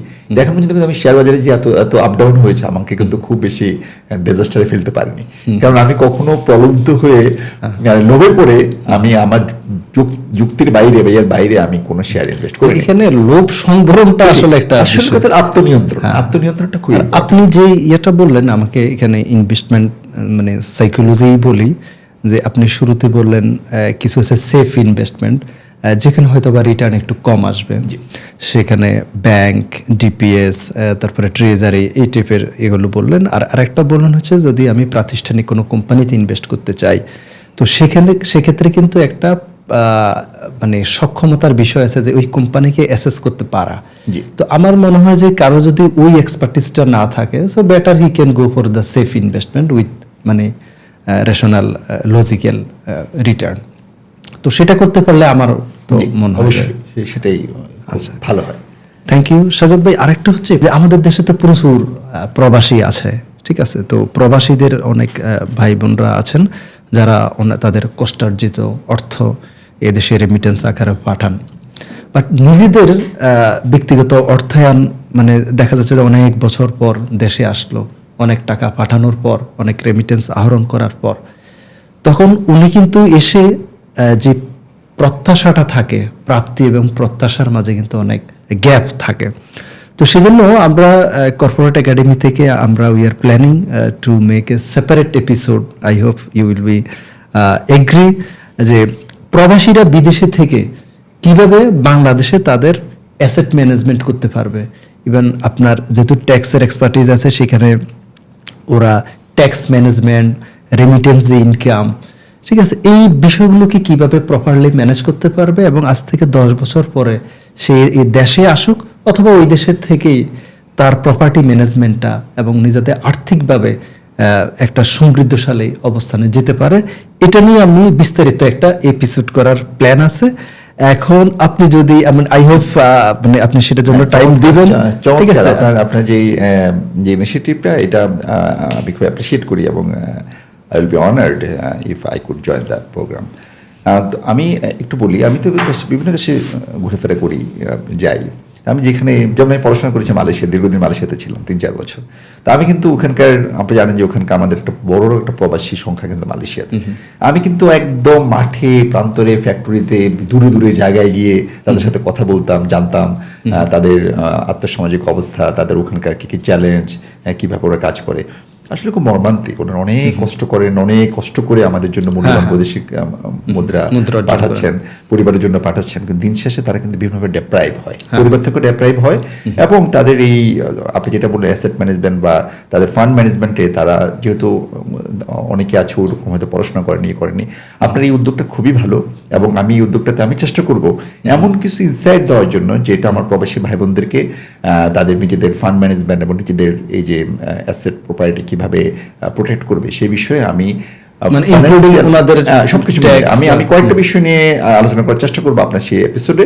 একটা হলো যে তাদের ফান্ড কিভাবে ম্যানেজ হবে, প্রপার্টি কিভাবে ম্যানেজ হবে, এবং সেখানে ফাইন্যান্সিয়াল, লিগ্যাল এবং সাইকোলজিক্যাল কয়েকটা বিষয় এসপেক্ট রেখেই আমি কথাগুলো বলবো। আশা করছি আমার প্রবাসী ভাই বোনরা ওই এপিসোডে থেকে থ্যাংক ইউ সাজ্জাদ ভাই। আমি মানে বিশ্বাস করি এটা মানে এটা একটা কন্ট্রিবিউশন হবে প্রবাসী ভাই বোনদের, এবং আপনি হয়তোবা মানে নিজেও নোটিশ করতে পারেন যে আমাদের বিভিন্ন ভিডিওতে কর্পোরেট একাডেমির বিভিন্ন কন্টেন্টে ওনারা কিন্তু প্রচুর পরিমাণ প্রবাসীদের এবং অনেক প্রতিষ্ঠিত ভাই বোনদের আমি দেখি যে ওনারা কমেন্টস করছেন এবং বিদেশে খুবই ভালো অবস্থানে আছেন। ঠিক আছে, তো ওনারা আমাদের সাথে বিভিন্নভাবে কানেক্টেড আছেন আর কি। বাট অনেকের এই একটা ফেইন আছে যে আসলে দেশে কিভাবে নিজেদের প্রপার্টিটা ম্যানেজ করবে, বা এখানে প্রপার্টি ওয়েলথ বা এগুলো কিভাবে বিল্ড করবে, জেনারেট করবে, এই জিনিসগুলো নিয়ে আমি বিশ্বাস করি যে আমরা একটা সেপারেট এপিসোড করব, এবং সেখানে সাজ্জাদ ভাই ওনার যে ডাইভার্সিফাইড নলেজ বলা যায় এটা ফ্রি অফ কস্ট, এই নলেজটা আমরা পেয়ে যাব। এবং হচ্ছে আমাদের প্রবাসী ভাইদের, রেমিটেন্স যোদ্ধাদের জন্য এটা সাজ্জাদ ভাইয়ের একটা কন্ট্রিবিউশন, এবং হচ্ছে গিয়ে আমরাও চেষ্টা করবো এটাকে সঠিকভাবে রিফ্লেক্ট করার জন্য। তো সাজ্জাদ ভাই আপনাকে thank you so for discussion. আমি এখন মানে ফরেনসিক অ্যাকাউন্টিং সম্পর্কে একটু মানে জানতে চাচ্ছিলাম, কারণ এটা নিয়ে কিন্তু সাধারণ মানুষের মাঝে এখনো অনেকে ক্লিয়ার না যে মানে অ্যাপার্ট মানে রেগুলার অডিটের বাইরে এটার প্রয়োজনীয়তাটা কি, এবং আসলে ফরেনসিক অ্যাকাউন্টিং বলতে কি বোঝায়, মানে এটার একটা প্রতিষ্ঠানের কি প্রয়োজন, যদি আপনি একটু সাধারণভাবে বলেন যাতে আমার সাধারণ অডিয়েন্সরা বুঝতে পারে আর কি। অনেক ধন্যবাদ। এবং যেটা এটা আমার সাবজেক্ট ম্যাটার, আমার ডোমেইন সাবজেক্ট ম্যাটার, আমি এটা নিয়ে কথা বলতে খুব পছন্দ করি। তো আমি ফরেনসিক অ্যাকাউন্টিংটা কি, কেন, এটাতে যাওয়ার আগে কয়েকটা প্রিকন্ডিশন বলি যেটা আন্ডারস্ট্যান্ডিং করতে হলে। প্রথম যেটা কথা, এটা হলো ফরেনসিক অ্যাকাউন্টিং কোনোভাবেই জেনারেল অ্যাকাউন্টিং, জেনারেল অডিটিং যে আমরা যেগুলি পড়ি, যে আমরা যে প্রফেশনাল অ্যাকাউন্ট্যান্ট, এই পড়াশোনার সাথে এটার কোনো সম্পর্ক নেই। এটা হলো প্রথম এজাম্পশন, অনেকে এটা বুঝে নেই না।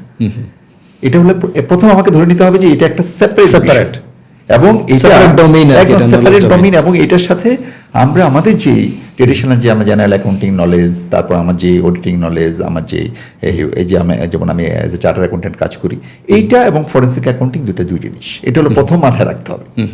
দ্বিতীয়ত হলো এটা ওয়ার্ল্ড ওয়াইড যেখানে যেখানে ফরেনসিক অ্যাকাউন্টিং ভালো কাজ করে, এটা কিন্তু একটা ডিফারেন্ট একটা বডি থেকে কাজ হয়।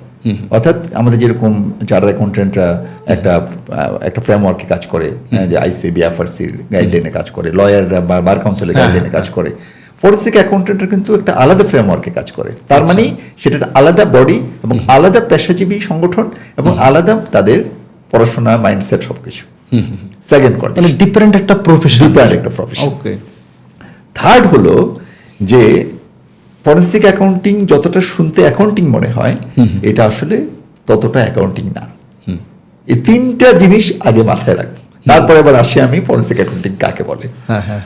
ফরেনসিক যে শব্দটার আমরা অনেক হয়তো শুনেছি যে আমরা যখন কোনো একটু মারা যায় বলি যে আমরা ফরেনসিক হবে, তারপর লাশ ময়না তদন্ত হয়, মেডিকেল এক্সামিনেশন, আমরা ডিজিটাল জানি যে ডিজিটাল ফরেনসিক হয়, কারো ডিভাইসে কোনো হলে ডিভাইস ভিত্তিক কোনো স্ক্যাম হলে তখন ডিভাইসগুলোকে করা হয় বা কোনো সিস্টেমকে ইভ্যালুয়েট করা হয়, এটা ডিজিটাল ফরেনসিক। আর যেটা ফরেনসিক অ্যাকাউন্টিং, এটাকে বলা হয় ফাইন্যান্সিয়াল ফরেনসিক। তো ফাইন্যান্সিয়াল ফরেনসিকটা যাওয়ার আগে ফরেনসিক শব্দটা একটু জানি, এটা তো কমন শব্দ। তাহলে medical forensic, digital forensic, financial forensic. Forensic শব্দের অর্থ হলো আদালত সম্পর্কিত, এটাকে ল্যাটিন ওয়ার্ড ফরেনসিক। মানে কোর্টের সাথে রিলেটেড কোনো ম্যাটার যখন যাবে তখন এটা ফরেনসিক শব্দটি ইউজ হবে। Okay. এখন এটা ফরেনসিক মেডিকেল হতে পারে, যখন এটা মেডিকেল বা মানে যদি অপরাধ- ফরেনসিক শব্দটাই ল্যাটিন শব্দ। ল্যাটিন শব্দ, এটার অর্থ হলো আদালত সম্পর্কিত, আদালত আদালত সম্পর্কিত, সম্পর্কিত বা আদালতের সাথে সম্পৃক্ত। ওকে ওকে। তার মানে এখন আদালতের সাথে সম্পৃক্ত যদি কোনো মেডিকেল ইস্যু থাকে এটা মেডিকেল ফরেনসিক, Okay. যদি ডিজিটাল কোনো ডিভাইস থাকে এটা ডিজিটাল ফরেনসিক, এটার সাথে যদি কোনো ফাইন্যান্সিয়াল বিষয় থাকে এটা ফাইন্যান্সিয়াল ফরেনসিক। ওকে ওকে। তাহলে আমরা আগে ফরেনসিক শব্দটা বুঝলাম, এখন আসি তাহলে ফাইন্যান্সিয়াল ফরেনসিকটা কেন।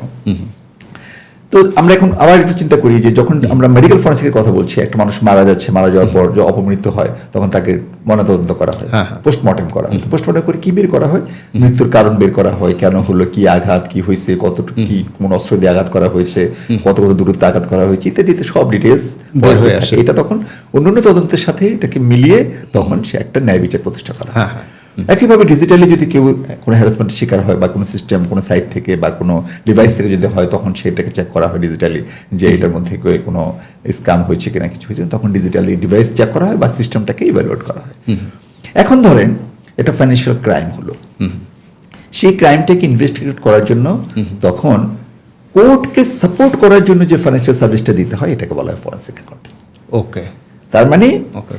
যখন আমার এই যে ফরেনসিক অ্যাকাউন্টিং বা ফাইন্যান্সিয়াল ফরেনসিক অডিটটা যখন আমি করবো, ফাইন্যান্সিয়াল ফরেনসিক অডিট করবো, আমাকে আমরা যে ট্রেডিশনাল যে accounting general practice general auditing যে কনসেপ্টগুলো এটা থেকে বেরিয়ে আসতে হবে। কারণ সেখানে আমরা অধিকাংশ জিনিস করি গাইডলাইন বেস, আমাদেরকে আইএফআরএস ফলো করে অ্যাকাউন্ট করতে হয়।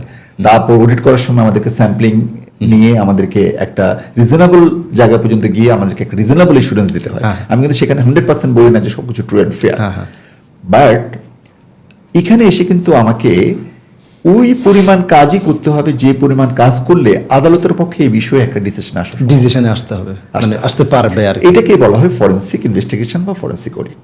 ওকে। এখন এটা আলাদা কোনো ডিসিপ্লিন, এই ডিসিপ্লিনটা ফরেনসিক আমি যখন গবেষণা করি বা এই বিষয়ে পড়াশোনা করি তখন আমরা কিছু আর্টিকেলে পড়েছি একজন ভালো ফরেনসিক অ্যাকাউন্টেন্ট হতে হলে তাকে 17 থেকে 20টা সাবজেক্টের ডোমেইনে এক্সপার্ট হতে হয়।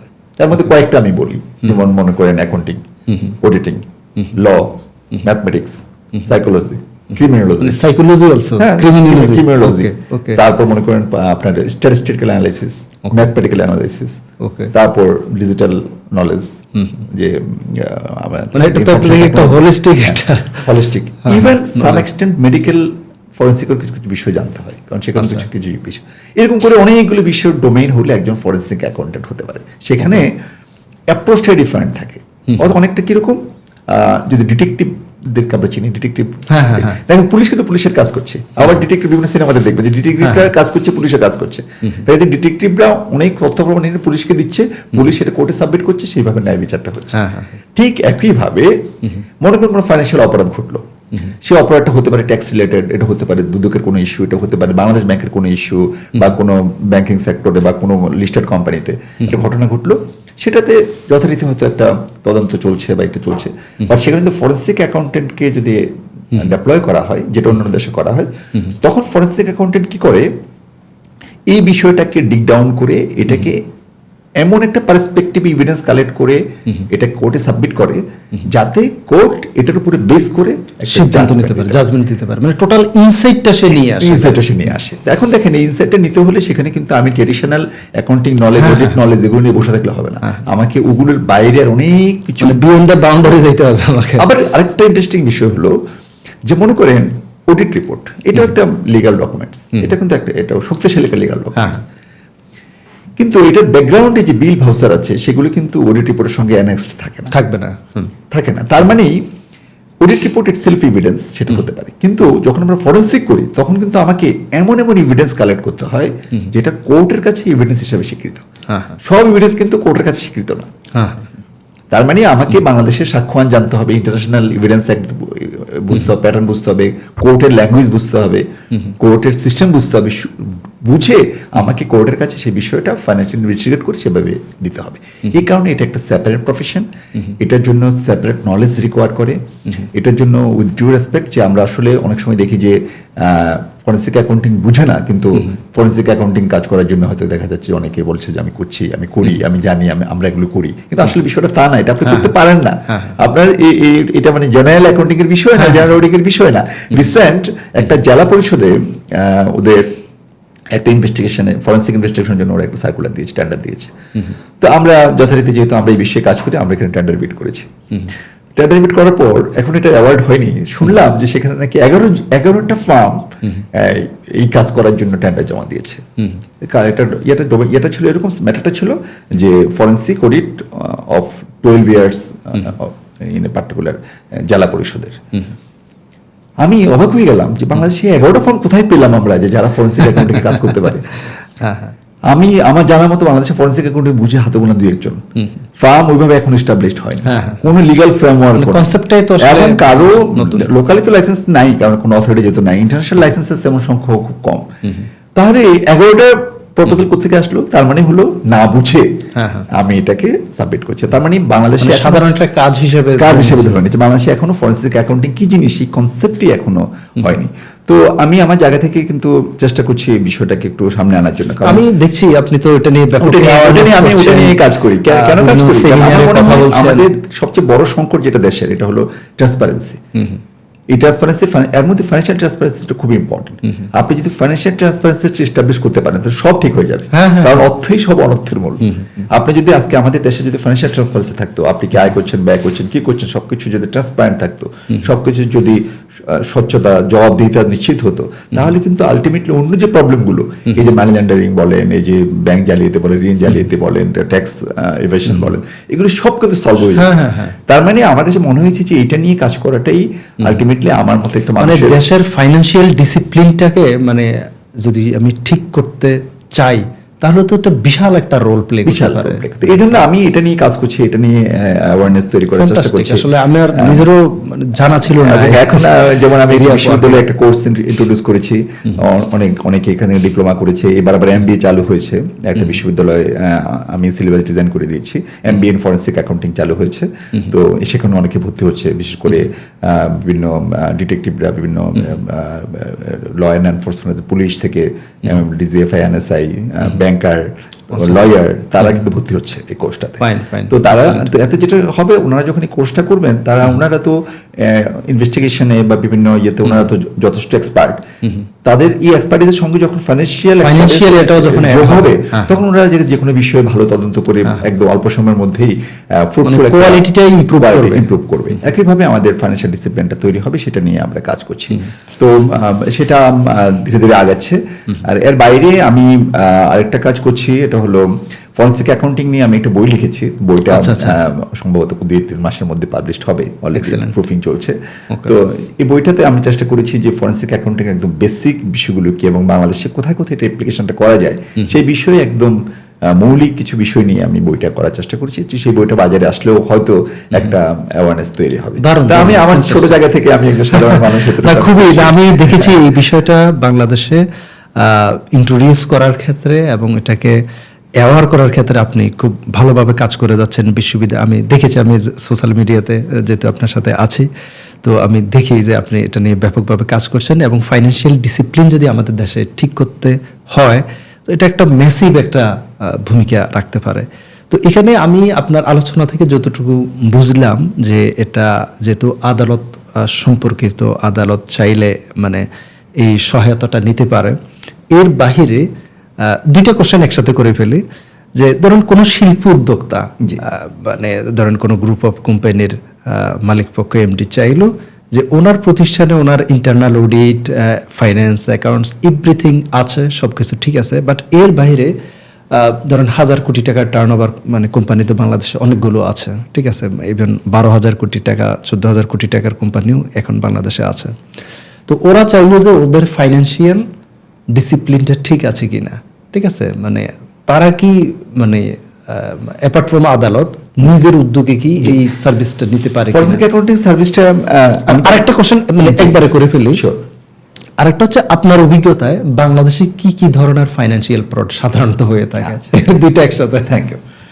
প্রথমত আসি যে ফরেন্সিক অ্যাকাউন্টিং নিয়ে তো আমি দীর্ঘদিন কাজ করছি, তো আমরা কিন্তু কোর্ট থেকে, যেমন আমি বাংলাদেশ সুপ্রিম কোর্ট থেকে প্রচুর কাজ আমার কাছে আসে, বিশেষ করে যখন কোনো বিবাদমান পক্ষগুলোর মধ্যে যখন ফাইন্যান্সিয়াল ডিসপুট থাকে তখন কোর্ট আমাকে স্পেশালি ইনভেস্টিগেট করে রিপোর্ট দিতে বলে। আমি সুপ্রিম কোর্টের হয়ে অনেকগুলো কাজ করছি এবং এখনও বেশ কিছু কাজ চলমান আছে। এর বাইরে লিগ্যাল প্রসিডিংসে আরও কিছু এজেন্সির, ল এনফোর্সমেন্ট এজেন্সি এবং গোয়েন্দা সংস্থার হয়ে কিছু কাজ করছি। আর আপনি যেটা বললেন যে আমি কিন্তু পার্টিকুলারলি এই বিষয়টার উপরে পিএইচডি করেছি, যে ফরেন্সিক অ্যাকাউন্টিং টুলসটা আপনার ইন্টারনাল অডিট সিস্টেম এবং কোম্পানির কমপ্লায়েন্স সিস্টেমে ইন্ট্রোডিউস করলে ওখানে কীভাবে আপনার ফ্রড প্রিভেনশন এবং ডিটেকশন দুটো এস্টাবলিশ করা যায় সেই বিষয়ে আমি কাজ করেছি। তার মানে দেখেন, একটা প্রতিষ্ঠানে আপনার প্রতিষ্ঠান যত বড় হবে, আর্থিক লেনদেন বাড়বে, সেখানে কিন্তু আর্থিক অনিয়ম ঘটার সম্ভাবনাও তত বেশি বাড়ে। সেখানে যত ভালোই ইন্টারনাল অডিট সিস্টেম থাকুক, ইন্টারনাল কন্ট্রোল সিস্টেম থাকুক না কেন, যুগের সাথে সাথে সময়ের পরিবর্তনের পরে ফ্রডস্টাররা কিন্তু খুব স্মার্ট হয়। যেমন আমরা যাদেরকে আমাদের ল্যাঙ্গুয়েজ একটা আছে হোয়াইট কলার ক্রিমিনাল, একটা ফরেন্সিক অ্যাকাউন্টিংয়ে বা আপনার বিভিন্ন ক্রিমিনোলজিতে ইউজ হয়। হোয়াইট কলার ক্রিমিনাল কারা? যারা কোম্পানির খুব ইনফ্লুয়েন্সিয়াল জায়গায় থাকে, হোয়াইট কলার বা এক্সিকিউটিভ যাদেরকে বলি, বা ওনারও হতে পারে, ওনারও ইটসেলফ উনি নিজেও হতে পারে ফরেস্টার। এই ফরেস্টাররা খুব স্মার্ট হয়। ওনারা পুরো বিজনেস মডেলটা সম্পর্কে জানেন। ওনারা জানেন যে ফ্রডটা করি কিভাবে, তথ্য প্রমাণ লুকালে ওরা ধরা পড়বে সেটা ওনারা খুব ভালো জানেন, এবং ওনাদের সেই কন্ট্রোলটা আছে অর্গানাইজেশনের উপরে, ওনারা সেইভাবে তৈরি করে নিতে পারেন। তার মানে দেখেন, এই জায়গাগুলোতে যদি আপনাকে প্রপারলি একটা কন্ট্রোল মেকানিজম তৈরি করতে হয়, তাহলে আপনাকে পিরিয়ডিক্যালি এগুলো রিভিউ করাইতে হবে। যেমন আমাদেরকে এখন অনেক প্রতিষ্ঠান তাদের ইন্টারনাল অডিট সিস্টেম রিভিউ করার জন্য বলছে, এবং এই বিভিন্ন ফ্রড হচ্ছে এগুলোকে ইনভেস্টিগেশন করার জন্য যেমন বলছে, তেমন বলছে যে আপনারা আমাকে পলিসি ডেভেলপ করে দেন, যাতে এরকম ঘটনা আমার এখানে মেজার আছে সেগুলো নেওয়ার জন্য পলিসিগুলোকে আমরা রিভিউ করে দিচ্ছি। এটা কিন্তু এখন আমরা অনেক কাজ করছি এরকম, এবং দিন দিন এটা চাহিদা পাচ্ছে। এখন বিভিন্ন প্রতিষ্ঠান থেকে আমাদেরকে ইনভাইট করছে যে আপনারা আমাদের সিস্টেমটা ইভ্যালুয়েট করে দেন, তারপর পলিসিগুলোকে একটু দেখেন কত গ্যাপ আছে কিনা। আমরা বিভিন্ন ব্যাংকে, বিভিন্ন ফাইন্যান্সিয়াল ইনস্টিটিউশনে, বড় বড় কোর্ট হাউসগুলোতে সার্ভিসটা দিচ্ছি। এবং অদূর ভবিষ্যতে আমরা ট্যাক্সও অ্যাপ্রোচ করেছি যে আপনাদের ট্যাক্স ম্যাটারও যদি কোনো জায়গায় ডিটেলস ইনভেস্টিগেশন দরকার হয়, আপনাদের সঙ্গে আমাদেরকে রাখেন, আমরা আপনাদেরকে সাপোর্ট দিব। যে এটা নিয়েও কাজ চলছে, দুদকের সাথে আমাদের আলাপ আলোচনা চলছে। ল এবং অন্যান্য যে ডিটেকটিভ এজেন্সিগুলো আছে তাদের সাথেও আমরা কাজ করার চেষ্টা করছি, এবং বিভিন্ন সময় ওনারাও আমাদেরকে এঙ্গেজ করেন। তো সবকিছু মিলেই কিন্তু ফরেন্সিক অ্যাকাউন্টিং এর ব্যাপ্তিটা অনেক জায়গায়। যেমন এখন যে ট্যাক্সের অডিটগুলো হচ্ছে, যে অডিটগুলোর সঙ্গে যদি মনে করে যে এটার সঙ্গে যারা ফরেন্সিক অ্যাকাউন্টিং এর এক্সপার্ট আছেন তাদেরকে যদি ইনভলভ করা যায়, তাহলে ওনারা হয়তো মানে আরো এফিসিয়েন্টলি এই বিষয়গুলোকে তুলে আনতে পারবেন। তো এই বিষয়গুলোতে মোটামুটি কাজ চলছে। তো আর যদি বাংলাদেশের ফ্রডের প্যাটার্ন বলেন, আমার কাছে বাংলাদেশের ফ্রড প্যাটার্নের মধ্যে সবচেয়ে বড় ফ্রড প্যাটার্ন হলো লোনটাই হলো মানে ফ্রডের বাংলাদেশের সবচেয়ে বড়, এবং বাই অ্যামাউন্টে এটা এক্সপোজারের দিক থেকে এবং অ্যাট্রাকটিভনেসের দিক থেকে এটাই সবচেয়ে বড় ফ্রড হিসেবে আমার কাছে মনে হয়। কারণ যত অঘটনগুলো সেখানে কিভাবে কাজ করা যায়, মানে সেখানে কাজ করা যায়, যেমন আপনার ব্যাংক যদি মনে করে যে ডিউ ডিলিজেন্স প্রসেসটা তারা থার্ড পার্টি কোনো ফরেন্সিক অ্যাকাউন্টেন্ট দিয়ে করাবে, তাহলে কিন্তু আমরা যে বিষয়গুলো যদি ব্যাংকে এমন সিস্টেম চালু হয় যে হ্যাঁ ঠিক আছে, আপনি নিজেরা তো ইভ্যালুয়েট করছেন, সাথে একটা ফরেন্সিক অ্যাকাউন্টিং ফার্ম দিয়ে আপনি তাহলে আপনি লোন দেওয়ার আগেই কিন্তু আপনি তার ক্লায়েন্টের ইয়েটা বুঝে গেলেন, ব্যবসা বাণিজ্য তার ইনসাইড কিছু লুকানো আছে কিনা, সেটা আছে কিনা সেটা। এরপরে হলো যে ইনভেস্টিগেশন প্রসেসগুলোর মধ্যে যখন আপনার যখন কোনো লোন ক্লাসিফাই হয়ে যাচ্ছে বা কোনো লোনের প্যাটার্ন খারাপের দিকে যাচ্ছে, তখন যদি স্পেশালি সেখানে ফরেন্সিক অ্যাকাউন্টিং দিয়ে দেখানো হয় যে মানে দেখতে দেওয়া হয় যে ওখানে কোনো ফান্ড লিকেজ হচ্ছে কিনা, বিদেশে চলে যাচ্ছে কিনা, অর্থ পাচার হচ্ছে কিনা, বা ফান্ড ব্যবসার বাইরে অন্য কোথাও ডাইভার্ট হচ্ছে কিনা, তার পার্সোনাল লাইফে চলে যাচ্ছে কিনা, এগুলো যদি আরো বেশি প্রোঅ্যাক্টিভলি যদি ফরেন্সিক অ্যাকাউন্টেন্ট রিভিউ করানো হয়, তাহলে সেখান থেকে একটা কন্ট্রোল মেকানিজম তৈরি হবে। আর সবচেয়ে বড় কথা, আপনার যদি ওই যেটা বললাম ট্রান্সপারেন্সিটা যদি এস্টাবলিশ করা যায়, তো ট্রান্সপারেন্সি এস্টাবলিশ করতে হলে অবশ্যই আমাকে সেখানে বিভিন্ন টুলস, যেমন অডিট একটা টুলস, অডিটরদেরকে যেমন কাজ করার সুযোগ দিতে হবে, এমনিভাবে আমাদের ল এনফোর্সমেন্ট এজেন্সিগুলো যদি ভালোভাবে কাজ করে, সাথে যদি ফরেন্সিক অ্যাকাউন্টেন্টরা কাজ করে, সবার কি মিলেই তো একটা ট্রান্সপারেন্সি দাঁড়াবে। উন্নত বিশ্বগুলোতে কিন্তু এইভাবেই হয়। যেমন ওরা কিন্তু ফাইন্যান্সিয়াল কোনো ক্রাইম হলে ওরা কিন্তু পুলিশের সাথে সাথে ফরেন্সিক অ্যাকাউন্টেন্টদেরকে অ্যাপয়েন্ট করে দেয়। তখন কি হয়, বিষয়গুলোর কেন হয়েছে কি হয়েছে এবং ভবিষ্যতে যাতে হতে না পারে সেই মেজারগুলো বেড়ে আসে এভাবেই কিন্তু চলতে হয়। তো ঋণের কথা বললাম, এটা একটা প্রথম একটা সেকেন্ড হলো আমাদের মানি লন্ডারিং। মানি লন্ডারিংটা কিন্তু অনেকেই ভুল বুঝে, অনেকে মনে করে যে টাকা বিদেশে পাঠানো মানে মানি লন্ডারিং, আসলে কিন্তু তা না। এর মানি লন্ডারিং কিন্তু আমার অবৈধ টাকাটাকে এমন ভাবে ইউজ করে এটাকে হোয়াইট করে ফেলা, মানে অনেকটা লন্ড্রি সিস্টেম, কাপড় ধুলে যেরকম ময়লা বের হয়ে কাপড় পরিষ্কার হয়ে যায়, সেই লন্ড্রি থেকে কিন্তু লন্ডারিংটা আসছে। এই শব্দের উৎপত্তি কিন্তু লন্ড্রি থেকে। মানে ময়লা কাপড়ের ময়লাটা যেরকম ধুয়ে ফেলে কাপড়টা পরিষ্কার হয়ে যায়, নতুন হয়ে যাচ্ছে। ঠিক অবৈধ টাকাটাকে ব্যবসায়িক বা কোনো একটা চ্যানেল এমন ভাবে ইউজ করে এটাকে বৈধ, এমন ভাবে এটাকে জাস্টিফাই করে ফেলা যে এটা বৈধ টাকা, এটাকে মানি লন্ডারিং বলে। এটা বিদেশে পাচার করে হতে পারে, আবার দেশের ভিতরে হতে পারে, অভ্যন্তরে হতে পারে। মানি লন্ডারিংটা আমাদের একটা বড় ফাইন্যান্সিয়াল ক্রাইসিস। এরপরে যদি আপনি বলেন যে ফাইন্যান্সিয়াল কর্পোরেট ফ্রডের মধ্যে আপনার বড় বড় কর্পোরেট গুলোতে সেখানে প্রকিউরমেন্টের ফ্রড হয়, কর্পোরেট হাউসগুলো নিজেরাই ফ্রড করে, লিস্টেড কোম্পানিগুলো হয়তো দেখা যাচ্ছে যে স্পন্সররা শেয়ার হোল্ডারদের টাকা সরিয়ে নিচ্ছে, এ ধরনের ফ্রডগুলো হয়। এরপরে আপনার গভর্নমেন্টের টেন্ডার প্রসেসর, এটা একটা বড় কারাপশনের জায়গা। এখানে অনেক বড় বড় ফাইন্যান্সিয়াল কারাপশন হয়, সেগুলো ফাইন্যান্সিয়াল ইনভেস্টিগেশনের মধ্যে আনা উচিত এবং ফরেন্সিক অ্যাকাউন্টেন্টদের সেখানে আরো ডেপ্লয় করা উচিত। আর অন্যান্য যেগুলো যেমন credit card fraud, digital fraud, এগুলোর কিন্তু ভলিউম এত বড় না। এগুলো হয়তো মানে শুনতে খুব ইয়া লাগে, কারণ আমরা হয়তো এগুলো খুব বেশি আমরা নিজেদের রিটেল লেভেল হয়তো দেখা যাচ্ছে যে আমরা দেখছি যে মোবাইল ট্রানজাকশনে জালিয়াতি হচ্ছে, বা আপনি যেটা বললেন যে কোনো ফাইন্যান্সিয়াল স্কিম অফার করছে জালিয়াতি হচ্ছে, এগুলো কিন্তু টোটাল ভলিউমে খুব বড় না। বড় ভলিউমে আমি যতটুকু বুঝলাম আপনার মানে প্রথম আপনি লোন বললেন, হিউজ ভলিউম, মানি লন্ডারিং বললেন, তারপরে কর্পোরেটে বললেন, আর টেন্ডার প্রসেস, কর্পোরেট বিশেষ করে প্রকিউরমেন্টে ইয়া হচ্ছে, এবং গভর্নমেন্ট টেন্ডারেও অনেক বড় বড় জালিয়াতি হয়, সেখানে কিন্তু ফরেন্সিক অ্যাকাউন্টেন্টের সার্ভিস ডিমান্ড করে। আচ্ছা, এমনিতে ধরেন মানে এই জাতীয় ফ্রড বলেন বা এই টাইপের ক্ষেত্রে কোনো অ্যালার্মিং সাইন কি বোঝা যায়? মানে অবশ্যই আছে। আপনি যদি আমাদের ব্যাংকিং সিস্টেমে দেখেন, ব্যাংকিং সিস্টেমে কিন্তু সেখানে আমাদের হুইসেল ব্লোয়িং পলিসি প্রায় প্রত্যেকটা ভালো ভালো ব্যাংকে অ্যাডপ্ট করেছে। আচ্ছা, তো আমাদের কিন্তু ব্যাংকগুলোতে এটা অ্যাডপ্ট করা আছে যে সেখানে কোনো ধরনের এই ধরনের কোনো সিমটম দেখা গেলে ফাইন্যান্সিয়াল ক্রাইমে, তখন কিন্তু সেটাকে কিভাবে হুইসেল ব্লো করতে হবে বা রেড ফ্ল্যাগ বলি আমরা, রেড ফ্ল্যাগ অ্যারেস্ট করতে হবে, সেটার কিন্তু সিস্টেম বা পলিসি থাকতে হবে। তো আপনি একটু যেটা বলছিলেন যে কোম্পানিগুলো যদি এই ধরনের পলিসিগুলো অ্যাডপ্ট করতে পারে, যেমন আপনার প্রতিষ্ঠানে কোনো ফ্রড হওয়ার আগেই যদি এটাকে অ্যালার্মিং সিস্টেমটা চালু করা যেতে পারে, সে ধরনের পলিসি যদি আপনি অ্যাডপ্ট করেন, তাহলে আপনার এখানে ফ্রড প্রিভেনশনটা হয়ে গেল, তাই এই ধরনের ফ্রড হওয়ার সম্ভাবনাটা অনেক কমে গেল। তো এই ধরনের কাজগুলো কিন্তু ফরেনসিক অ্যাকাউন্টিং কভার করে। Very good. আরেকটা হচ্ছে মানে আসলে কি আমি নিজেও একটা প্রতিষ্ঠানকে চিনি, মানে যেখানে আপনার ফাইন্যান্স, ইন্টারনাল অডিট সব কিছু ওয়াজ ফাংশনাল, বাট ওখানে করছে কি আপনার এই যে ফিল্ড ফোর্স, মানে ধরেন আছে হয়তো 15 জন, বাট দেখাচ্ছে 20 জন। ঠিক আছে, তো এইভাবে এমপ্লয়ি নাই। এখন যেহেতু মানে একেবারে রিমোট এরিয়াতে কাজ করে সেলস রিপ্রেজেন্টেটিভ বা হিসাবে, তো এভাবে কিন্তু কয়েক বছর মানে এভাবে চলতেছিল, এবং ওই ভদ্রলোক মোটামুটি প্রায় 2 কোটি টাকার মতো, ঠিক আছে, বেশ কয়েক বছরে। তারপরে গিয়ে জিনিসটা সামহাউ আইডেন্টিফাই হয়। ঠিক আছে, তো এই টাইপের আপনার ধরেন ফাইন্যান্সিয়াল স্টেটমেন্টে প্রফিট দেখানোর পরেও কি মানে এই টাইপের কোনো মেকানিজম করে আপনার ফাইন্যান্সিয়াল ক্রাইসিস কি হাইড মানে করতে পারে কিনা কোনো প্রতিষ্ঠান, বা করে কিনা? আসলে আমাদের ফাইন্যান্সিয়াল স্টেটমেন্টের কথা বললে, ফাইন্যান্সিয়াল স্টেটমেন্টটা আসলে হয় কোত্থেকে? হয় যদি একটা company proper books of accounts রাখে, রেকর্ড রাখে। আমাদের আসলে আপনি দেখবেন যে যত আলোচনা হয় সবকিছুতে হয় কি ফাইন্যান্সিয়াল স্টেটমেন্টে জালিয়াতি হচ্ছে, অডিটরদের গাফিলতি হচ্ছে, এগুলো বেশি শুনবেন আপনি। কিন্তু অডিটররা বা আমরা যারা ফাইন্যান্সিয়াল ইনভেস্টিগেশনে কাজ করি, আমরা যে র ডাটাগুলো নিয়ে কাজ করব, সেটার গাইডলাইনগুলো তো আমাদের কোম্পানি একটি আছে। কোম্পানি একটা বলা আছে যে প্রত্যেকটা কোম্পানি তার বুকস অফ অ্যাকাউন্ট কিভাবে মেনটেন করবে, কি কি বুকস অফ অ্যাকাউন্ট মেনটেন করবে, সেগুলো কিন্তু স্পেসিফিক বলা আছে।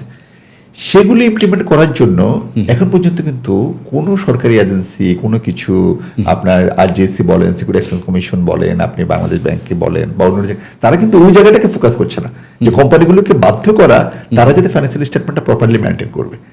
ফাইন্যান্সিয়াল স্টেটমেন্ট প্রপারলি মেনটেন হলেই তো আপনার ফাইন্যান্সিয়াল স্টেটমেন্টের কোয়ালিটি বাড়বে। ফাইন্যান্সিয়াল স্টেটমেন্টের কোয়ালিটি বাড়লেই তো অডিটরের পক্ষে বিষয়গুলো আরো ক্লিয়ারলি আইডেন্টিফাই করে অডিট রিপোর্ট প্রোভাইড করা সম্ভব, এবং আমরা যারা ফরেনসিক নিয়ে কাজ করি আমাদের পক্ষে আরো ভালোভাবে বিষয়গুলো তুলে আনা সম্ভব, সেখানে ফ্রড প্রিভেনশন ডিরেকশনের জন্য কি করা যায়। তার মানে দেখেন আমাদের সবচেয়ে বড় ডিজাস্টারটা হলো আমাদের বুকস অফ অ্যাকাউন্টস না রাখার যে প্র্যাকটিস সেটা, এবং এটাকে অবাধ আমি সুযোগ দিয়ে রেখেছি।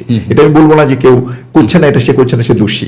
আমরা এই দোষটা প্রপারলি রেগুলেট না করলে যেটা হয়, যেমন মনে করেন আপনি অডিটরকে গালিগালাজ না করে আপনি বরং কোম্পানিগুলোকে বাধ্য করেন বা কোম্পানিগুলিতে পিরিয়ডিক ভিজিট করার চেষ্টা করেন, সেখানে কোম্পানি আইন অনুযায়ী বুকস অফ অ্যাকাউন্টস গুলো যাতে মেইনটেইন হচ্ছে কিনা, ভ্যাট ট্যাক্স আইন অনুযায়ী সেখানে বুকস অফ অ্যাকাউন্ট মেইনটেইন করেন, ভ্যাট রিটার্ন গুলো ঠিকমতো মেইনটেইন হচ্ছে কিনা, তাহলে কিন্তু আপনি গোড়া থেকে কিন্তু বিষয়গুলো সলভ হয়ে যাবে। আপনাকে পরে আর এরকম অনেক টাকা খরচ করে আপনাকে এরকম code audit, VAT audit, special audit, regulatory audit, অন্যান্য ইনভেস্টিগেশন এগুলো করা দরকার পড়ে না।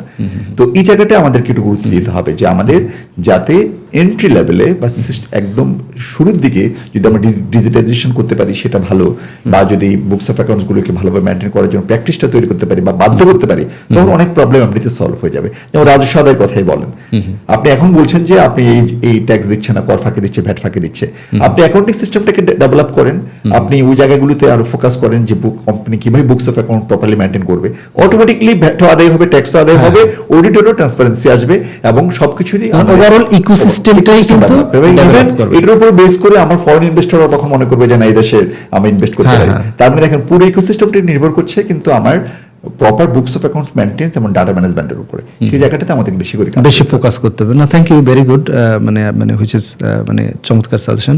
আর এখানে আরেকটা বিষয়, আমি ধরেন এখন তো এআই, ডিজিটাল মানে ট্রানজ্যাকশন এবং হচ্ছে কি আপনার মোবাইল ফাইন্যান্সিয়াল ব্যাংকিং, মানে এই ইয়েগুলো বেশি হচ্ছে, এবং সে কারণে ফাইন্যান্সিয়াল ফ্রডও বাড়তেছে আর কি, এগুলোকে কেন্দ্র করে কর্পোরেটে ফাইন্যান্সিয়াল ম্যানিপুলেশন এগুলোতে। তো সেক্ষেত্রে ফরেনসিক অ্যাকাউন্টিংটা কীভাবে ভূমিকা রাখতে পারে? আর আরেকটা বিষয় হচ্ছে, আমরা আরেকটা জিনিস দেখি যে মানে প্রায় সময় মানে কাস্টমার কেয়ার থেকে কল আসে যে ব্যাংক থেকে বলছি আপনার ওটিপি বা পাসওয়ার্ডটা দিন, অথবা বিকাশ থেকে নাহিদ বলছি আপনার পাসওয়ার্ডটা দিন। এই ডিজিটাল ভিত্তিক এগুলো থেকে একটা মানুষ কীভাবে ইন পার্সন হচ্ছে সে অ্যাওয়ার থাকতে পারবে, সেফগার্ড থাকতে পারবে, এবং ফরেনসিক অ্যাকাউন্টিং এক্ষেত্রে কী ধরনের ভূমিকা নিতে পারে এই ডিজিটাল এগুলোর ক্ষেত্রে, যদি এটা রিটেল পর্যায়ে বেশি হয়, মানে অর্থাৎ ব্যক্তি পর্যায়ে মানুষ বেশি ক্ষতিগ্রস্ত হওয়ার পসিবিলিটি আর কি এই এটাতে? না, আপনি যে প্রশ্ন করেছেন ব্যক্তি পর্যায়ে হলো, এটার সামাজিক এফেক্ট কিন্তু অনেক বড়, এবং এটা সোশ্যাল ইমপ্যাক্টটা মনে করেন আপনি যদি ধরেন আপনি ব্যাংকিং সেক্টরের সাথে আপনি কোনোভাবে ওতপ্রোতভাবে জড়িত, প্রত্যেকটা মানুষ তো কোনো না কোনোভাবে ব্যাংকিং ইয়েতে আছে, ইনক্লুশনের মধ্যে আছে। তো এখন মনে করেন আপনি যদি এখানে নিরাপদ বোধ না করেন তাহলে তো আপনি এখানে আর টাকা রাখবেন না, আপনি মোবাইল ওয়ালেট ইউজ করবেন না, হ্যাঁ, মানি ট্রানজাকশন যে ফ্যাসিলিটিগুলো যেগুলো নেবেন না। সরকার যে একটা বড় ইনিশিয়েটিভ নিয়েছে, এটা মূলত আগে সরকারও নিয়েছিল, এটা হলো যে ক্যাশলেস সোসাইটি বা ডিজিটাল ট্রানজাকশন। তো এগুলো ডিজিটাল ট্রানজাকশনের সাথে কিন্তু ট্রান্সপারেন্সি ওতপ্রোতভাবে জড়িত, কারণ ট্রানজাকশন যত ডিজিটাল হবে ট্রান্সপারেন্সি তত এনশিওর হবে। তো এখন এগুলো নিয়ে কাজ করতে গিয়ে যদি মানুষ প্রতিনিয়ত ফ্রডের সম্মুখীন হয়, তার মানুষের মধ্যে একটা ডিজিটাল কমে যাবে, মানুষ তখন ব্যাংকিং ইনক্লুশন থেকে বেরিয়ে যাবে। যেটা নিয়ে আমরা কাজ করছি, সবাই ব্যাংকিং সিস্টেম আসুক, অর্থনীতি একটা ফর্মাল চ্যানেলে আসুক, যাতে অর্থনীতির মেজারমেন্ট আমরা ঠিকমতো করতে পারি, প্ল্যানিং গুলো ঠিকমতো করতে পারি। তো এই জন্য এগুলো কিন্তু যদিও ছোট ঘটনা, বিচ্ছিন্ন ঘটনা, কিন্তু এগুলো কিন্তু খুবই গুরুত্বপূর্ণ, ইম্প্যাক্টটা অনেক বেশি। এটার জন্য যেটা দরকার, দুই দিক থেকেই কাজ করার সুযোগ আছে। একটা হলো আমরা যখন, যেহেতু ফরেনসিক অ্যাকাউন্টিং এর এগুলো একটা ম্যাটার, এটা আমরা ফরেনসিক অ্যাকাউন্টেন্টরা কিন্তু ইন্ডিপেন্ডেন্টলি কাজ করে না, আপনি আর টু অ্যাড করি। যেমন আমরা অ্যাসাইনমেন্ট বেস কিন্তু আমরা টিম বিল্ড আপ করি। যেমন কোনো একটা প্রজেক্ট যদি এমন আসে আমাদের যে কোনো ডিজিটাল ট্রানজাকশন হচ্ছে, আমরা ফাইন্যান্সিয়াল ইনস্টিটিউশনকে ফরেনসিক অডিট করতে হবে, তখন কিন্তু আমরা আমাদের সঙ্গে আমাদের টিমে ডিজিটাল ফরেনসিক এক্সপার্টদেরকে নেই। এরকম করে আবার অনেক সময় ইন্ডাস্ট্রি এক্সপার্টদেরকে নেই, অনেক সময় সেলস মার্কেটিং এর এক্সপার্টদেরকেও আমাদের টিমে আনতে হয়, বিজনেস বেসড অন প্রজেক্ট। তো আমরা এই ধরনের অনেক কাজ করেছি, সেই অভিজ্ঞতা থেকে বলছি যে এখানে কিন্তু দুই দিক থেকে গ্যাপ আছে। একটা আছে যে আমাদের অ্যাওয়ারনেসের অভাব আছে, যে আমরা কোনো রকম বুদ্ধি বিবেচনা না খাটিয়ে আমরা পাসওয়ার্ড শেয়ার করছি, যদি বারবার বলা হচ্ছে যেগুলো শেয়ার না করবেন। আবার অনেকে আছে যে হয়তো মোবাইল ওয়ালেট ইউজ করছে কিন্তু হয়তো ওরকম পড়াশোনা জানে না বা টেকনোলজি ওরকম জানে না, আর যদি রিলাই করতে হয় তখন হয়তো সেখানে কিছু ফ্রড হয়। তো এগুলো তো আসলে কিছুটা থাকবেই, এটা প্রত্যেক দেশেই আছে কম বেশি। তবে এখন কিন্তু অনেক ব্যাংক, ফাইন্যান্সিয়াল ইনস্টিটিউশন তারা কিন্তু এই পাসওয়ার্ড সিস্টেম এবং এগুলোকে আরো স্টিক করছে। যেমন মনে করেন সেখানে আপনার পিনলেস সিকিউরিটি সিস্টেম চালু করছে, তারপর আরো অন্যান্য মেজারগুলো নিচ্ছে সিস্টেমে, যাতে যেমন কেউ হয়তো আইরিশ করছে, কেউ হয়তো ফিঙ্গারপ্রিন্ট চালু করছে, ফেস ডিটেকশন চালু করছে। তো এগুলো দিয়ে কিন্তু আস্তে আস্তে এগুলো সলভ হচ্ছে প্রবলেমগুলো। তবে এগুলো থেকে বেঁচে থাকতে সবচেয়ে বড় জিনিস এটা হলো যে আমাকে অবশ্যই বিষয়গুলো সতর্ক থাকতে হবে যে আমার পার্সোনাল ইনফরমেশন যাতে আমি শেয়ার না করি। এটাই হলো মানে আসলে ব্যক্তি পর্যায়ে সচেতনতা দরকার। তবে ইনস্টিটিউশনাল দায়ও এড়ানো যাবে না, কারণ আপনি মনে করেন একটা সিস্টেম চালু করেছেন, মানুষকে আপনি বিজনেস করছেন, মানুষকে ট্রানজাকশন করাচ্ছেন, বাট আপনি আপনার সিস্টেম ডেভেলপ করলেন না, সেটা দায়ভার কিন্তু আপনি এড়াতে পারবেন না। প্রাতিষ্ঠানিক আপনার রাখতে হবে এবং আপনাকে এই বিষয়গুলো, ধরুন আজকে একটা ফ্রড হয়েছে, এটাকে দ্রুত ইনভেস্টিগেট করে এটা যাতে সেকেন্ড টাইম না হয়, এটার জন্য টেকনিক্যাল যে ডেভেলপমেন্টটা দরকার সেটা আপনাকে কনফার্ম করতে হবে। সেখানে যেসব আপনার ফায়ারওয়াল ব্লক ইউজ করতে হবে সেগুলোকে আপনাকে এস্টাবলিশ করতে হবে। এটার দায়ভারও কিন্তু প্রতিষ্ঠানগুলোর উপর বর্তায়, দুদিক থেকে এটা দায়িত্ব বর্তায়। বুঝছি, মানে এটা আসলে টু ফ্যাক্টর আর কি, দিক থেকে আবার গভর্নমেন্টেরও দায়িত্ব আছে, গভর্নমেন্টকেও এই বিষয়গুলোতে মানুষ যাতে, কারণ ওভারঅল তো সবকিছু দেখার অথরিটি গভর্নমেন্ট, সরকারের। তো গভর্নমেন্টও দেখতে হবে যে আমার এইসব ট্রানজাকশন গুলোতে আমার জনগণ কি কোনোভাবে ক্ষতিগ্রস্ত হচ্ছে কিনা, প্রতিষ্ঠানগুলো তাদের দায়িত্ব ঠিক মতো পালন করছে কিনা। তো তাহলে বলা যায় দায়িত্বটা তিন ভাগেই আছে, নিজেদের আমাদেরও আছে, সরকারের পর্যায়ে, ব্যক্তি পর্যায়ে আমার সচেতনতা লাগবে। আমার কাছে কেউ চাইলে আমি হুট করে পাসওয়ার্ড দিয়ে দিতে মানে দরকার নাই। আর সেটা হচ্ছে প্রতিষ্ঠান থেকে একটা মানে নজরদারি থাকা উচিত এই জাতীয় এগুলো যাতে করে। তো থ্যাংক ইউ। আমরা এখন একটু মানে আপনি যেহেতু একসময় নিজেও একটা বড় প্রতিষ্ঠানের সিএফও হিসেবেও দায়িত্ব পালন করেছিলেন একসময়, তো সেখান থেকে আমি একটু জানতে চাচ্ছিলাম যে অ্যাকাউন্টিং ক্যারিয়ারে অনেকেই ধরেন ট্যাক্স এবং ভ্যাটের নলেজটাকে আলাদা একটা মানে ডোমেইন মনে করে। আসলে বিজনেস রিয়েলিটিতে এই দুইটার মানে মানে এগুলো আসলে ট্যাক্স ভ্যাটের নলেজ অ্যাকাউন্টিং এর সাথে কতটুকু ইন্টার কানেক্টেড, এটা আরেকটা বিষয়। আরেকটা হচ্ছে মানে আপনার সিএফও হওয়ার জন্য ইটসেলফ যে মানে ট্যাক্সেশন নলেজটুকু কতটুকু গুরুত্বপূর্ণ বা এটা কিভাবে হেল্প করতে পারে, এই বিষয়ে যদি আপনার থেকে জানতে চাই। আচ্ছা, ট্যাক্স ভ্যাট বিষয়ে কথা বলতে গেলে একটা কথা বলতে হয়, পৃথিবীতে যতগুলো কর্পোরেট হাউস আছে, নট ইন বাংলাদেশ, পৃথিবীতে যত বিজনেস আছে, যত দেশ আছে, প্রত্যেক দেশে প্রত্যেক বিজনেসের সবচেয়ে বড় ইস্যু হলো ট্যাক্সেশন ইস্যু। তার মানে দেখেন, ফাইন্যান্সিয়াল অ্যাকাউন্টিং, অডিটিং এগুলোর চেয়েও পৃথিবীর সমস্ত কর্পোরেট হাউসগুলো তারা বেশি পরিমাণ মেধা, বেশি পরিমাণ ইনভেস্টমেন্ট, বেশি পরিমাণ তাদের সক্ষমতা তারা এস্টাবলিশ করেছে ট্যাক্সেশন সিস্টেমকে ম্যানেজ করার জন্য। আপনি যে মাল্টিনেশনাল কোম্পানিগুলোতে দেখেন, সেখানে ওরা ট্রান্সফার প্রাইসিং কে অ্যাড্রেস করার জন্য সেখানে ওয়ার্ল্ডের বড় বড় ট্যাক্স প্র্যাকটিশনারদেরকে ওরা ইনভলভ করে রেখেছে, ওদের রিসার্চ টিম আছে অনেক বড়। তার মানে এটাই সবচেয়ে বড় মাথা ব্যথার কারণ। এখন সেই পার্সপেক্টিভ থেকে বলতে গেলে যে কোনো অ্যাকাউন্ট্যান্ট বা কোনো কর্পোরেট, এটা কর্পোরেটের শুধু অ্যাকাউন্ট্যান্ট বলবো না, কোনো কর্পোরেট পার্সোনালিটি বা কোনো বিজনেসের সাথে যুক্ত বা কোনো এমনি সচেতন ব্যক্তি, সে পর্যন্ত তার পড়াশোনা বা এক্সপার্টাইজ কমপ্লিট হবে না যে পর্যন্ত সে মিনিমাম ট্যাক্স এবং ভ্যাটের নলেজ গ্যাদার করতে না পারে। এখন এটা হলো জেনারেল। আর যারা প্রফেশনাল অ্যাকাউন্ট্যান্ট হবেন তাদেরকে প্রতিষ্ঠানকে কন্ট্রিবিউট করতে হলে যতটা না তাদেরকে অ্যাকাউন্টিং, ফাইন্যান্সিয়াল কন্ট্রোল সিস্টেমস, অন্যান্য যে বিষয়গুলো আছে এগুলো জানতে হবে, মানে যেগুলোকে আমরা কোর অ্যাকাউন্টিং বা ফাইন্যান্সিয়াল নলেজ বলি, তার চেয়ে বেশি জানতে হবে ট্যাক্স এবং ভ্যাট স্ট্রাকচার।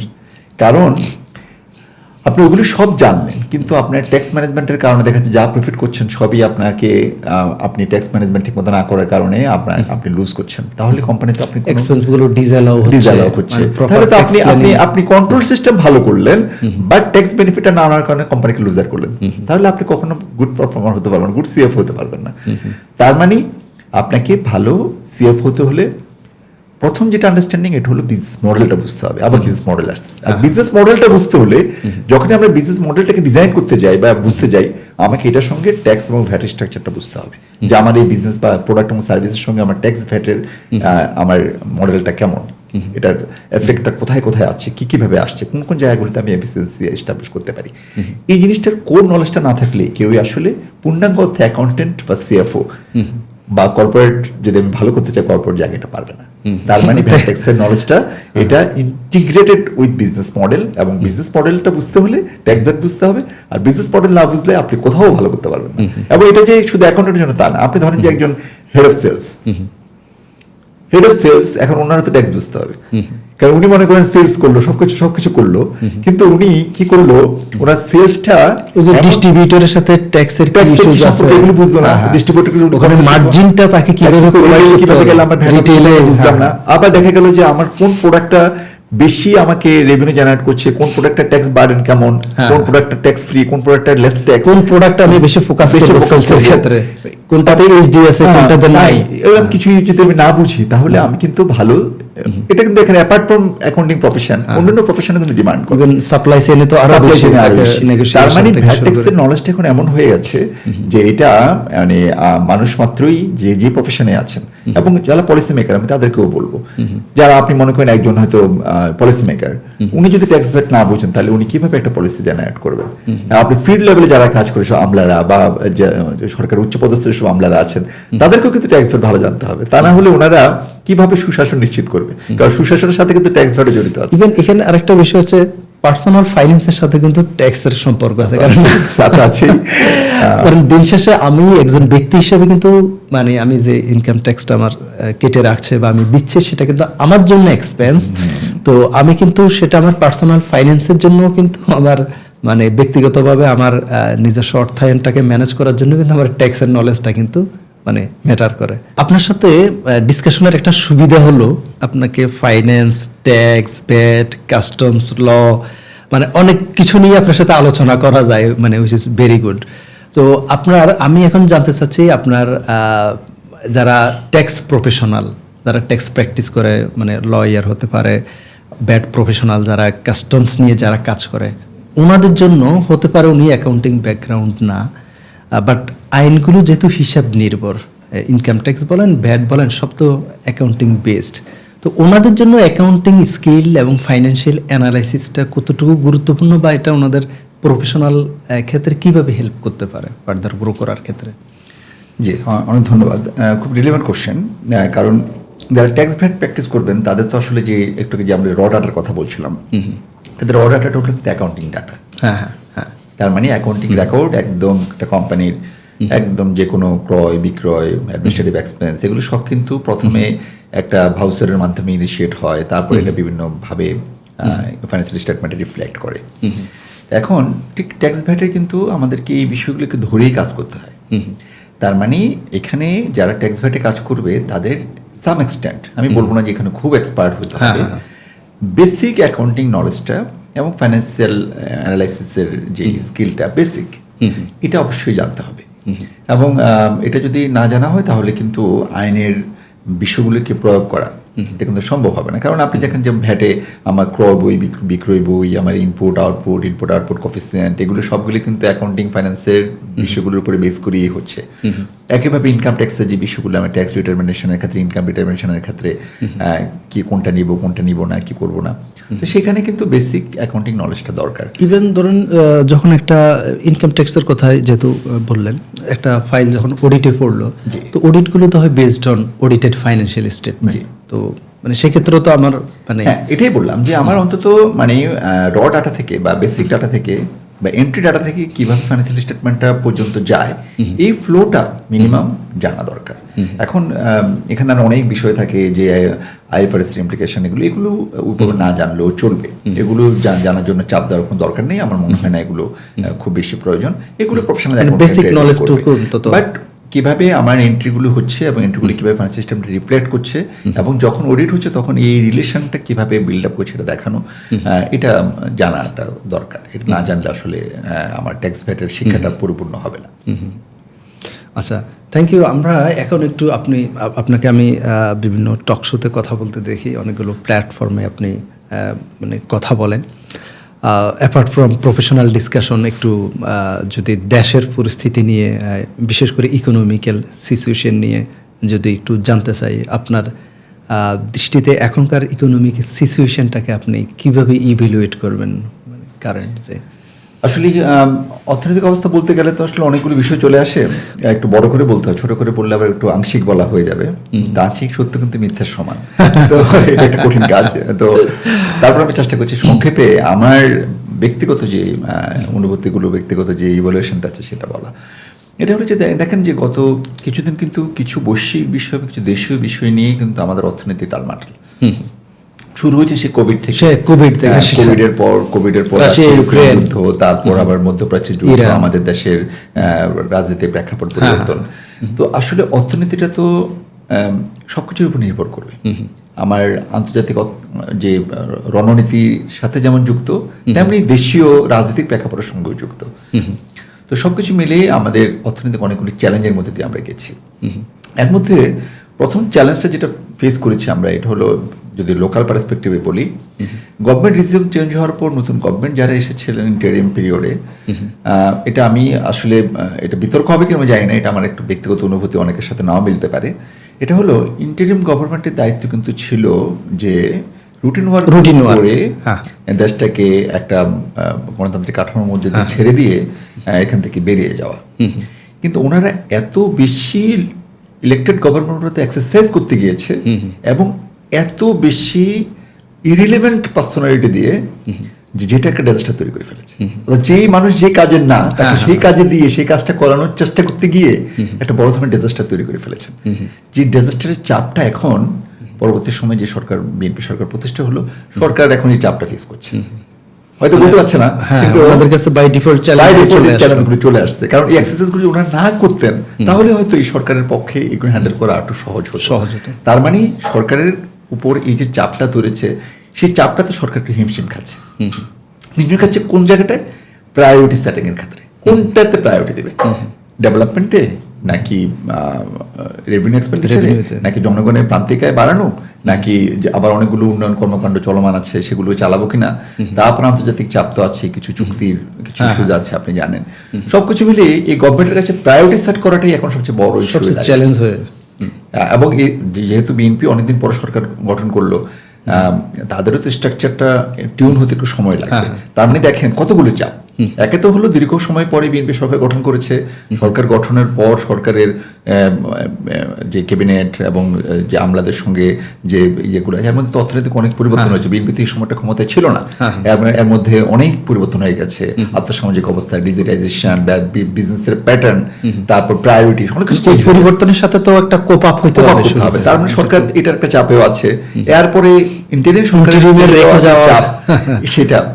এরপরে হলো আমার ব্যবসা বাণিজ্যের উপর যে আমাদের একটা বড় সমস্যা, যেটা এটা আমি একটা বড় ধরনের একটা মানে ব্যাধি বলবো, এটা হলো আমাদের বিজনেস হাউসগুলিকে প্রত্যেকটা সরকার এমনভাবে পলিটিক্যালাইজেশন করার চেষ্টা করে যে বিজনেসম্যানরা বাধ্য হয়ে পলিটিক্সের সঙ্গে ইনভলভ হয়।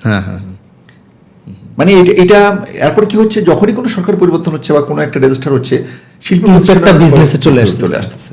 এখন দেখেন একটা শিল্প প্রতিষ্ঠান প্রতিষ্ঠা তৈরি হতে 30-40 বছর সময় লাগে, আর বেশিও লাগে।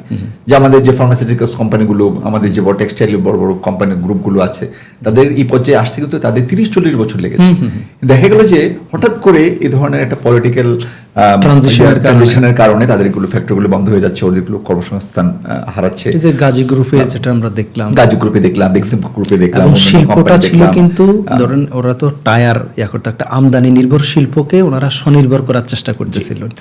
তো সেটা আমরা ডেস্ট্রয় করে দিলাম। মানে এখন আমার মনে হয় যে আমি অনেক জায়গায় কথাটা বলি এবং আমি পলিসি মেকারদেরকে সবসময় রিকোয়েস্ট করি যে আপনারা এমন একটা এনভায়রনমেন্ট তৈরি করেন যেখানে একটা শিল্প প্রতিষ্ঠান যখন সাইজ একটু বড় হবে, বা এটা যখন লিস্টেড হবে, বা এটার মধ্যে যখন বেশি সংখ্যক কর্মসংস্থান তৈরি হবে, তখন এটাকে কোনো ধরনের ব্যক্তির প্রতিষ্ঠান স্পন্সরদের চিন্তা না করে এটাকে দেশের সম্পদ হিসেবে চিন্তা করার এই ধরনের পলিসি মেক করেন, যাতে পলিটিক্যাল চেঞ্জ আসবে, সরকার আসবে, যাবে, পরিবর্তন হবে। এটা সারা বিশ্বে হয়।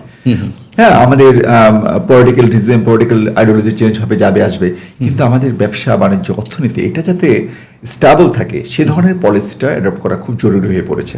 না হলে কি হবে, আমরা 1 পা আগাবো 3 পা পিছাবো, এরকম করেই কিন্তু স্বাধীনতার এত বছর পরেও আমরা এখনো এতটা অর্থনৈতিকভাবে আমাদের জীবনযাত্রা এতটা পিছিয়ে আছি, এটা আসলে কাম্য না। আমরা সবাই চাই যে সামনে যেতে, ইরেসপেক্টিভ অফ পলিটিক্যাল আইডিওলজি, আমরা সবাই চাই দেশটা ভালো থাকুক, দেশের সমৃদ্ধি আসুক, আমরা ভালো থাকি, আমাদের পরবর্তী প্রজন্ম ভালো থাকুক, আমরা বিশ্বের সাথে তাল মিলিয়ে আমরা সামনে যাই।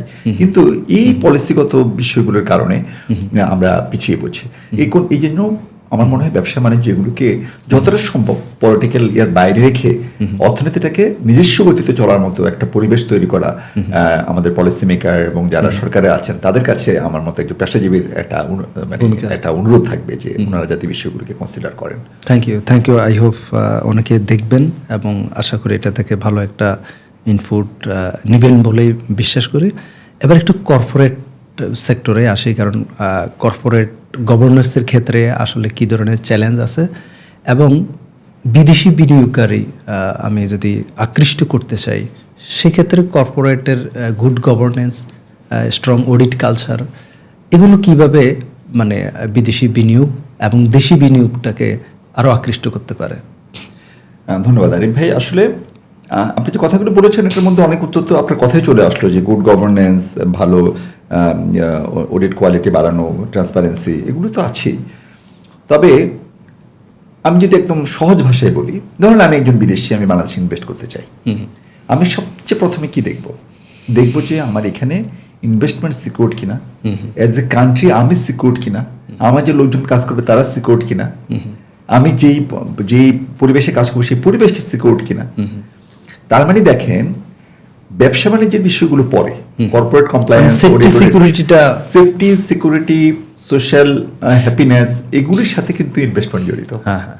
বিশ্বের যেখানে যেখানে ফরেন ইনভেস্টমেন্ট হয়েছে, যেখানে যেখানে গ্লোবালাইজেশন কারণে ডেভেলপমেন্ট হয়েছে, সেই জায়গাগুলি কিন্তু অ্যাজ এ কান্ট্রি তারা খুব পিসফুল, অ্যাজ এ কান্ট্রি তাদের ল অ্যান্ড অর্ডার সিচুয়েশন খুব ভালো, এবং ওখানে মানুষ যদি ভালো না থাকে তাহলে সেখানে কে আসবে তার বিনিয়োগ?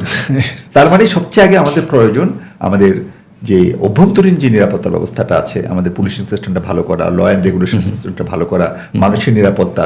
প্রতিদিন এখন যেরকম ঘটনা ঘটছে, এই ঘটনাতে আপনি এখন একদম বলে দেন যে 10-100 বছরের জন্য আপনার ট্যাক্স ফ্রি, তাও কোনো কোম্পানি বাংলাদেশ আসবে না। আমার তো আগে পরিস্থিতিটা, কারণ আগে তো সে দেখবে যে দেশটা কেমন, যে দেশের অবস্থা, স্টেবিলিটিটা কেমন। যদি দেশের স্টেবিলিটি ভালো না থাকে, আপনি ট্যাক্স সেনসিটিভ দেন, আপনি এরকম আপনি ব্যবসার মতো প্রতিষ্ঠান দাঁড় করান, সেখানে আপনি যত ধরনের অভিজ্ঞ লোককে আনেন, কোনো লাভ হবে না যদি না আপনার দেশের অভ্যন্তরীণ শান্তি শৃঙ্খলা তৈরি না হয়। এটা হলো প্রথম সত্য। এরপর হলো ইজ অফ ডুইং বিজনেসের অন্যান্য যে ইন্ডিকেটরগুলো আছে সেগুলো নিয়ে কাজ করা। তার মানে আমাদেরকে যদি বিদেশি বিনিয়োগ আকৃষ্ট করতে হয়, আমাদেরকে এইসব মাথা মোটা লোক জড়ো করে কোনো লাভ নেই। তার চেয়ে বরং বেশি প্রয়োজন আগে অভ্যন্তরীণ এনভায়রনমেন্টটাকে শান্তি শৃঙ্খলা সহ আমাদের দেশের অভ্যন্তরীণ কাঠামোটাকে তৈরি করা, ল অ্যান্ড অর্ডার সিচুয়েশনকে ভালো করা, কোর্ট সিস্টেমটাকে ডেভেলপ করা, পুলিশিং সিস্টেমটাকে আরো এনফোর্সেবল করা, মানুষ যাতে স্বস্তিতে থাকতে পারে সেটা নিশ্চিত করা। তারপর অন্যান্য ইন্ডিকেটরগুলো, সেখানে আমি ট্যাক্স সেনসিটিভ কি দেবো, সেখানে আমি ফরেন ইনভেস্টরদেরকে কি ফ্যাসিলিটিস করবো, আমি সেখানে ইউটিলিটিগুলো কিভাবে সাপ্লাই দেবো, তাদের জন্য স্পেশাল জোনকে কিভাবে অপারেট করবো, সেগুলো হলো সেকেন্ডারি বিষয়। আমার মনে হয় যদি এভাবে যদি আমরা চিন্তা করি তাহলে আমাদের বৈদেশিক বিনিয়োগ সুদূর পরা হতো। এখন আমরা অনেক পিছনে আছি। যত কথাই আমরা বলি, সত্যিকার অর্থে বিদেশি বিনিয়োগ, ইকোনমিক গ্রোথের সাথে আপনার ইনস্টিটিউশনাল গ্রোথটা কতটুকু কানেক্টেড বা বেশি দরকার হলো সোশ্যাল গ্রোথ। সবচেয়ে দরকার সোশ্যাল গ্রোথ, তারপর হলো ইনস্টিটিউশনাল গ্রোথ, বেঁচে থাকতে হবে। কারণ কি যেটা বললাম, আপনি এখন যত ইনস্টিটিউটই দেন না কেন, কেউ ইনভেস্টমেন্টে আসবে না যদি না আমার লোকাল বিষয়গুলো যদি রিজলভ না হয়। তো এই জন্য আমার কাছে মনে হচ্ছে যে ফরেন ইনভেস্টমেন্টে আমরা যত কথাই বলি, যত বড় বড় বলিই শুনি, মনে হয় না খুব অল্প সময়ের মধ্যে ফরেন ইনভেস্টমেন্টে খুব বেশি রকমের ইনফ্লো বাংলাদেশে হবে। কারণ যেগুলো আছে এগুলো রাখতে পারলাম না, অনেক ইনভেস্টমেন্ট চলে যাচ্ছে। যেমন আমি তো একটা অডিট ফার্ম রান করি, আমাদের অনেক বিদেশি ক্লায়েন্ট কিন্তু এই বছর তারা অডিটে করাচ্ছে না। ওরা বলতেছে আমরা বাংলাদেশে থাকবোই না, কাজই করবো না। তারা ন্যূনতম যে একটা অডিট করতে হবে, যে কোম্পানি বন্ধ হলে অডিট করতে হবে, ওরা এটা করছে না। তার মানে এটা যেগুলো আছে এগুলি চলে গেছে, আর নতুন আসা তো প্রশ্নই আসে না। তাহলে সরকারকে আগে আসলে আমাদের অভ্যন্তরীণ বিষয়গুলোকে গুরুত্ব দিতে হবে এবং গ্রাজুয়ালি তখন আস্তে আস্তে ফরেন ইনভেস্টমেন্টের দিকে করতে হবে। আর আরেকটা বিষয় আমি একটু বলতে চাই, আপনার দেশের ব্যবসায়ীরা যদি সিকিউর না হয়, বিদেশি ব্যবসায়ীরা এখানে কেন আসবে? একটু আগে যেটা বললাম যে আপনি তো সমস্ত ব্যবসায়ীদেরকে কাউকে ডান, কাউকে বাম, কাউকে মধ্য বলে বলে আপনি সবাইকে কালার করে আপনি পুরো ইন্ডাস্ট্রিটাকে মানে ট্যাগ করে ফেলেছেন। তো এখন সেখানে দেখছে যে এখানকার মানুষই ব্যবসা করে সে কোনোভাবে সে পলিটিক্যাল ইয়ে থেকে বেরোতে পারছে না। আমি বললাম যে সবাই ভালো, খারাপ মানুষ আছে এখানে, তো আপনি খারাপদের খারাপ বিচার করেন, বাট প্রতিষ্ঠানগুলোকে টিকিয়ে রাখার জন্য চেষ্টা করেন। তাহলে না বিদেশিরা দেখলো যে না, ওখানে সিচুয়েশন যাই হোক প্রতিষ্ঠানের উপরে সরকার নিয়ন্ত্রণ আছে এবং সরকার প্রতিষ্ঠানগুলোকে রক্ষা করে, তখন অটোমেটিক্যালি ইনভেস্টমেন্ট আসবে। আমার এত প্রপাগান্ডা করে কোনো লাভ নেই। আমি প্রপাগান্ডা করেও লাভ নাই, কারণ মানে আমার তো রিয়েল সিনারিওটা তো এখন মিডিয়ার কল্যাণে বিশ্ববাসী দেখছে যে মানে কিভাবে স্পষ্ট। তো যাই হোক, আমরা আশা করি এগুলো নতুন সরকার এসেছেন, ওনারা অবশ্যই দেখবেন। ওখানে অনেক মানে এগুলো দেখার মতো ডেফিনেটলি অনেক লোকজন আছেন। তো এখন সাজ্জাদ ভাই, অ্যাজ এ মানে professional through your diversified expertise in different segment, যদি আপনার কাছে ধরেন দেশের ইকোনমি রিফর্ম, রিস্ট্রাকচার বা আরো কোনো মানে আরো গতিশীল করার ক্ষেত্রে বড় কোনো দায়িত্ব আপনার উপর আসে, সেক্ষেত্রে বাংলাদেশের ইকোনমিকে আরো স্মুথ, রেজিলিয়েন্ট এবং ট্রান্সপারেন্ট করার ক্ষেত্রে ইনভেস্টমেন্ট ফ্রেন্ডলি এবং হচ্ছে আপনার গ্লোবালি কম্পিটিটিভ করার ক্ষেত্রে আপনার বিবেচনায় কোন কোন বিষয়গুলো প্রায়োরিটি হওয়া উচিত, বা আপনার স্ট্র্যাটেজিটা, ইকোনমিক স্ট্র্যাটেজিটাতে কি ফোকাস এরিয়া কোনগুলো হবে? আমি যেটা বলবো যে প্রত্যেকের রোলগুলো ডিফাইন করা খুব ইম্পর্টেন্ট। যেমন দেখেন, বাংলাদেশে ইনভেস্টমেন্টের ক্ষেত্রে বড় রোল প্লে করবে ক্যাপিটাল মার্কেট, বিশেষ করে লং টার্ম ফাইন্যান্সের ক্ষেত্রে। কিন্তু ক্যাপিটাল মার্কেট কাজ করছে না বিধায় ব্যাংকে কাজ করতে হচ্ছে, ব্যাংকের কাজ লং টার্ম ফাইন্যান্স করা না। ঠিক এই যে জায়গাগুলো, প্রত্যেকটি ইনস্টিটিউট তার নিজের রোল প্লে করবে এবং নিজের জায়গাগুলোকে নিজের কে সেট করে নিজেরা কাজ করবে। ইকোনমির এই ইনস্টিটিউশনগুলো যদি সচল না হয় তাহলে ইকোনমি সচল হবে। বাংলাদেশে আপনি ক্যাপিটাল মার্কেটের কথা যেহেতু বললেন, ওখানে তো মানে রিটেল সোলো ইনভেস্টর বেশি, মানে অ্যাপার্ট ফ্রম প্রাতিষ্ঠানিক। আমি কিছুদিন আগে অর্থমন্ত্রীকে বলতে শুনলাম, সম্ভবত হিথ্রো এয়ারপোর্ট বা বড় একটা এয়ারপোর্ট, যে ওরা পর্যন্ত ক্যাপিটাল মার্কেটে আছে। তো সেখানে আমাদের দেশের এই আপনার পেনশন ফান্ড বা অন্যান্য যে প্রাতিষ্ঠানিক যে বিনিয়োগগুলো, মানে ক্যাপিটাল মার্কেটে ইভেন এগুলোকেই অ্যাটাক করতে পারছে। এটাই বলছি যে আমাদের যে ইনস্টিটিউশনাল উইংসগুলো আছে, একটা রাষ্ট্র কিন্তু কখনো কোনো ব্যক্তি, প্রাতিষ্ঠানিক কাঠামো বা পলিটিক্যাল কাঠামোর উপর চলে না। রাষ্ট্র কিন্তু চলে ইনস্টিটিউশনের উপর। আমরা যদি একটা রাষ্ট্রকে চিন্তা করি, সেখানে বিচার বিভাগ, শাসন বিভাগ, আমার ব্যবসা, চিকিৎসা, এই যে খাতগুলো, খাতোয়ারি কিন্তু আমাদের বাজেট হয়, এগুলো কিন্তু খাতোয়ারি হয়। তো এখন সেখানে যে ইনস্টিটিউশনগুলো আছে, উইংসগুলো আছে, সেগুলো যদি ফাংশন না করে তাহলে কিন্তু ইকোনমিক ডেভেলপমেন্ট সম্ভব না। তার মানে আমাদেরকে আগে এগুলো ডিফাইন করতে হবে এবং পলিটিক্যাল আইডিওলজির থেকে একটু বের হয়ে, পলিটিক্যাল আইডিওলজির মধ্যে বের হয়ে, মানে পলিটিক্যাল আইডিওলজির মধ্যে থেকেই আমাকে প্রফেশনাল এবং নন পলিটিক্যাল লোক দিয়ে এই এজেন্সিগুলোকে ভালোভাবে রান করাইতে হবে। সব জায়গায় যদি আমি পলিটিক্যাল লোক দিয়ে দেই, তখন কি হয়, সেখানে সাবজেক্ট ম্যাটার এক্সপার্টিজের বিষয়, তখন দেখা যাচ্ছে যে বিষয়টাতে আপনি যেটা বলেন সাবজেক্ট ম্যাটার এক্সপার্টাইজ দরকার হয়, সেটার উপরে আমি আমার পলিটিক্যাল আইডিওলজি চাপিয়ে দিলাম, জোর করে চাপিয়ে দিলাম বা জোর করে চাপানোর টেন্ডেন্সি দিলাম, তখন পুরো ওয়ার্ক ফ্লোটা, পুরো ফোর্সটা তখন ডাইভার্সিফাইড হয়ে যায়, তখন এটা ইনএফিসিয়েন্ট হয়ে যায়। এই জায়গাটাতে আমাদেরকে লাগাম টানতে হবে। সরকার পলিসি ক্রিয়েট করবে, পলিসি দিবে, বাট উইংসগুলো চলবে তার নিজস্ব কেপিআই, নিজস্ব যে কর্মপরিধি সেটা অনুযায়ী। আমরা যদি ডিসেন্ট্রালাইজেশনটা করতে পারি এবং সেই জায়গাগুলোতে জবাবদিহিতা এবং স্বচ্ছতা নিশ্চিত করতে পারি, তাহলে সত্যিকার অর্থে ইকোনমিক ডেভেলপমেন্ট সম্ভব। আদারওয়াইজ আমরা যতভাবে স্ক্যাটার পলিসি নেই না কেন এবং যতভাবে আমরা আরোপিত অর্থনীতি চালু করতে চাই না কেন, এই অর্থনীতি টিকবে না। কারণ আমাদের অর্থনীতিটা কিন্তু অনেকটাই হলো আমার কৃষি নির্ভর অর্থনীতি, অনেকটাই আমার জনসংখ্যার চাপ আছে, সেখানে ভোক্তাদের যে টেন্ডেন্সি, ক্রয় ক্ষমতা, সেগুলোর উপর ইকোনমিক ইয়েটা অনেকটাই নির্ভর করছে। তার মানে আমার এখানে অর্থনীতির সুষম বন্টনটা যদি না হয়, তাহলে কিন্তু অর্থনৈতিক উন্নয়নটা ওরভাবে সুফলটা আমরা পাবো না। আর এই অর্থনৈতিক উন্নয়নের সুফলটা সবাইকে পেতে হলে আমাকে অবশ্যই ইনস্টিটিউশনগুলোর মধ্যে দিয়েই মানুষের দ্বার প্রান্ত অর্থনৈতিক সেবাগুলো পৌঁছাইতে হবে, অর্থনৈতিক ইকুইপমেন্টগুলো পৌঁছাইতে হবে। তো যেটা বলছিলাম যে ক্যাপিটাল মার্কেটের দায়িত্ব পালন করবে, ব্যাংকিং সেক্টর দায়িত্ব পালন করবে, বিমা একটা সেক্টর। আমার মনে হয় বাংলাদেশের যতগুলো সেক্টর সবচেয়ে ইরেগুলেটেড সেক্টর হলো বিমা সেক্টর। মানে এটার কোনো ডিসিপ্লিন নাই, কোনো কিছু নাই, মানে কোনো মানে এই সেক্টরে প্রচুর কাজ করার সুযোগ আছে সরকারের। এরপরে অন্য যে কম্পোনেন্টগুলো যেগুলোর মধ্যে দিয়ে অর্থনৈতিক পণ্য এবং সেবাগুলো মানুষের কাছে পৌঁছায়, সেই চ্যানেলগুলোকে আরো শক্তিশালী করা, সক্ষম করা, এফেক্টিভ করা, তাহলে কিন্তু আমাদের সত্যিকার অর্থে অর্থনৈতিক উন্নয়ন এবং মানুষের যে গণমানুষের যে চাহিদা সেটা উন্নয়ন সম্ভব বলে মনে করি। তো সেটার জন্য যেটা বললাম, ডিসেন্ট্রালাইজড করা এবং এজেন্সিগুলোকে নিজেদের মতো করে কাজ করতে দেওয়া এবং তাদের জবাবদিহিতা নিশ্চিত করা। প্রত্যেকটা এজেন্সি নিজের মতো করে কাজ করে, তাহলেই সরকারের যে মূল যে দর্শন আছে সে দর্শনকে সামনে নিতে যেমন এটাকে হেল্প করবে, তেমনি দেশের উন্নয়ন হবে। কিন্তু এখন আমরা কি করছি, সবগুলো জায়গায় আমরা এত বেশি ইম্পোজড হয়ে যাচ্ছি, এত বেশি ডিরেক্টিভ হয়ে যাচ্ছে, এমন কোনো জায়গা নেই যে জায়গাতে আমরা পলিটিক্যাল ডিরেক্টিভ রাখছি না।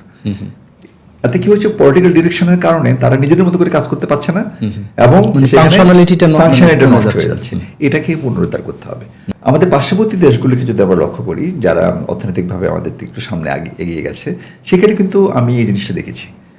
আমি মালয়েশিয়ার অর্থনীতিকে খুব কাছ থেকে দেখার সুযোগ পেয়েছি, দীর্ঘদিন ওখানে ছিলাম, পড়াশোনা করার সুযোগ হয়েছে। সেখানে দেখলাম যে সরকারি এজেন্সিগুলো কিন্তু তাদের মতো করে কাজ করে। সেখানে সরকারি এজেন্সিগুলোর উপরে গভর্নমেন্টের হস্তক্ষেপ খুবই কম। এবং পার্শ্ববর্তী দেশ আপনারা যদি ইন্ডিয়ার দিকেও দেখেন, ইন্ডিয়াতে কিন্তু আমলাতন্ত্র এবং পলিটিক্যাল গভর্নমেন্ট দুটার duty of responsibility is totally segregated. তাদের প্রাতিষ্ঠানিক কাঠামোটাই আসলে ইন্ডিপেন্ডেন্টলি তারা চলছে, তাদের এখানে এই ইন্ডিপেন্ডেন্সটা দেওয়া হয়েছে বলে তারা কিন্তু অর্থনৈতিক অনেকগুলো দিকে কিন্তু ভালো হয়েছে। শ্রীলঙ্কাকে যদি আমরা দেখি, শ্রীলঙ্কাতে কিন্তু সেখানে কিন্তু পলিটিক্যাল অনেক চ্যালেঞ্জেস কিন্তু তারা কিন্তু তাদের এই জায়গাগুলিতে তারা কিন্তু যথেষ্ট পরিমাণে চেষ্টা করে তাদের ইনস্টিটিউশনগুলোকে তাদের ফ্রিডম দেওয়ার জন্য। তো আমার মনে হয় আমরা যদি এই ফিলোসফিটা চেঞ্জ করতে পারি, সব জায়গায় পলিটিক্যাল ইনফ্লুয়েন্স, পলিটিক্যাল ডিরেকশন সব জায়গায় দরকার নেই, তাদেরকে স্বাধীনভাবে কাজ করার সুযোগ দিলেই অর্থনীতিতে এবং দেশে একটা রিফর্ম আসবে বলে আমার মনে হয়। এটা আমরা ফর দ্য বেস্ট আর কি, আমরা মানে তাই আশা করি ভবিষ্যতে অবশ্যই মানে আমাদের দেশ যেভাবে যাওয়া উচিত, যে পর্যায়ে যাওয়া উচিত, অবশ্যই ইনশাল্লাহ যাবে, সেই প্রত্যাশা। আমি আপনার কাছে জানতে চাচ্ছি যে ট্যাক্স ব্যাট এর বাংলাদেশের যে কালচার, এটাকে কি ধরনের রিফর্ম আনলে আপনি মনে করেন যে আমাদের ট্যাক্স জিডিপি রেশিওটা বাড়বে, ওভারঅল গভর্নমেন্টের রেভিনিউটা আরও ট্রান্সপারেন্ট হবে এবং রেভিনিউর পরিমাণটা আরও বাড়বে বলে মনে করেন? যে এখানে আসলে কি ধরনের রিফর্ম বা আপনার যদি কোনো সাজেশনস থাকে যে এখানে মানে এই ইনিশিয়েটিভগুলো নিলে ট্যাক্স পেড কালেকশনটা আসলে কিভাবে বাড়ানো যায়, বা শুধু বাড়ানো না, মানে বিষয়টাকে আরো ট্রান্সপারেন্ট করা এবং মানুষের সাধারণ মানুষের জন্য আরো ইজি মানে করা সম্ভব বলে আপনি মনে করেন? আলোচনা যাওয়ার আগে আমরা দেখি যে এই টোটাল আমাদের ট্যাক্সেশন সিস্টেমের উপরে জনগণের মানসিক অবস্থানটা কিরকম, সেটা যদি আপনি একটু দেখেন, এটা খুব ভীতিকর। মানে আমার মনে হয় বাংলাদেশই একটা রাষ্ট্র যেখানে মানে আপনার একটা মানুষ ট্যাক্স পেড সিস্টেমটাকে সবচেয়ে বেশি ভয় পায়। বাসায় পুলিশগুলোকে তো ভয় পায় না, ট্যাক্স হেডের কোনো চিঠি আসলে মানুষ যে পরিমাণ ঘাবড়ে যায়, ভয় পায়। হ্যাঁ, বাসায় যদি মনে করেন আপনার পুলিশ আসে তাও ভয় পায় না। তার মানে আমাদের সিস্টেমটা টোটালি এতটাই ভীতি তৈরি করে ফেলেছে জনগণের মনে যে মানুষ ট্যাক্স দেওয়াটাকে ভয় পায় না। ট্যাক্স দিতে অনেক মানুষকে আমি দেখেছি, তারা বলে যে আমি ট্যাক্স দিতে চাই, তবে সত্য হলে আমি ট্যাক্স দিব, কিন্তু আমাকে আর হয়রানি করতে পারবে না। তার মানে দেখা যাচ্ছে যে যারা এখানে ট্যাক্স পে করছেন, যারা ট্যাক্স দিচ্ছেন, তারাই বেশি হয়রানির শিকার হচ্ছে। আমার পার্সোনালি অভিজ্ঞতা আছে, আমি এটাতে যাচ্ছি না যে আমি ট্যাক্সের দিক থেকে চেষ্টা করি আল্লাহর মধ্যে খুব ট্রান্সপারেন্ট থাকতে, তারপরেও ঝামেলা যে পড়ি নেই তা না, পড়েছি। আমার মতো একজন প্রফেশনালও এই ঝামেলা ফেস করতে হয়েছে, অন্যদের কথা বাদে দিলাম। তো এই জন্য আমাকে প্রথমেই মানুষের মনস্তাত্ত্বিক পরিবর্তনটা আনতে হবে। আমাকে ট্যাক্স ডিপার্টমেন্টটাকে বা ভ্যাট বা ট্যাক্স অথরিটিকে, টোটাল ওয়ার্ল্ড ট্যাক্সেশন অথরিটিটাকে হতে হবে খুবই পরিমাণে জনবান্ধব। অর্থাৎ আমরা একজন ট্যাক্স ইন্সপেক্টর অ্যাটিটিউড যদি আমরা দেখি, উনি যখন একটা ইন্সপেকশনে যান, উনি যে ড্রেস পরে যান, আমার কাছে এই ড্রেসটি একটা আপত্তি। এই ব্যাড গোয়েন্দারা দেখবেন যে ইদানিং ডিটেকটিভদের মধ্যে ড্রেস পরে যাচ্ছে, হ্যাঁ, মানে আমার কাছে মনে হচ্ছে যে আইন বিষয়টা- শৃঙ্খলা বা একটা- আমার কাছে মনে হচ্ছে বিষয়টা একটু বাড়াবাড়ি। একজন ভ্যাট ট্যাক্সের একজন অফিসার বা একজন উচ্চপদস্থ কর্মচারী, তাদের আচরণ থাকবে খুবই আন্তরিক এবং খুবই হোস্টাইল একটা এনভায়রনমেন্ট থাকবে। তারা থাকবে খুব সাপোর্টিভ রুলে, মানে সম্মানিত করদাতাদের সাথে ওনারা হ্যাঁ। ডিল করবে। মানে ওনাদের অ্যাটিটিউড এমন থাকবে যে আসেন আমি আপনাকে হেল্প করি, কিভাবে ট্যাক্সের আইনগুলোকে মেনে চললে আপনি ট্যাক্স দিয়ে আপনি একজন ভালো গুড সিটিজেন হবেন। ওনার আচরণে থাকবে এরকম, মানে অ্যাপ্রোচটাই থাকবে, মানে I want to help you, অ্যাপ্রোচটাই হয়ে গেল পুলিশিং, মানে ডিটেক্টর। পুলিশ ডিটেকটিভ মনে হয় যেন এনফোর্সমেন্ট এজেন্সি, কোনো রয়্যাল এজেন্সি, ওনারা ঢুকছেন, ওনারা মানে এই করেন সে করেন, মানে একটা ভীতিকর অবস্থা। এবং আমার অনেক ক্লায়েন্ট মানে যখন এরকম অডিট চলে তখন আমাকে ওই টাইমে ফোন দেয়, ওনাদের ওই সময় হার্ট অ্যাটাক করার মতো অবস্থা হয়ে যায়। হ্যাঁ, স্যার আমাদের এখানে তো এরকম আসছেন, এরকম ওনারা এটা চাচ্ছেন, এটা চাচ্ছেন, এই করছেন, সে করছেন। তো এই অ্যাটিটিউডটা আমার মনে হয় সব লেভেলে, এটা একদম ভ্যাট ট্যাক্সের আমার ইন্সপেক্টর লেভেল থেকে শুরু করে সর্বোচ্চ লেভেল পর্যন্ত ওনাদের এই অ্যাটিটিউডটা চেঞ্জ করা খুবই দরকার। কারণ আপনি আমাকে কি করবেন, আপনি আমাকে সাহায্য করবেন যাতে আমি ভ্যাটের আইনকে কমপ্লাই করে আমি যাতে ভ্যাটের রিটার্ন সাবমিট করতে পারি, ট্যাক্সের রিটার্ন সাবমিট করতে পারি, আমি সব দিতে পারি, Duty tax দিতে এবং পারি। আমি আমার বিজনেসটাকে কমপ্লাইড ওয়েতে চালাতে পারি। আপনি আমার উপরে পুলিশিং করলে তো, ভীতি তৈরি করলে তো আমি আসলে এটা থেকে পালিয়ে যাওয়ার চেষ্টা করব। তো এই জায়গাটায় একটা সংস্কার দরকার, আচরণগত সংস্কার। যদিও এটা আসলে সুদূর পড়া হতো, এটা মনে হয় না আমরা কতটা পারবো জানি না। সেখানে অনেক ইনসাইড আছে, তাদের অনেক ব্যাপার স্যাপার আছে যেগুলো আপনারা সবাই জানেন। সেকেন্ড হলো যে আইনগুলোর জটিলতা তো আছেই। আমরা যে ভ্যাট আইনে যে চেঞ্জ আসলো, আপনি তো একজন ভ্যাটের এক্সপার্ট, অনেকদিন থেকে এই বিষয়ে পড়াশোনা করছেন, কাজ করছেন। আমরা কি খুব বেশি সহজ করতে পেরেছি? না, পারি নাই।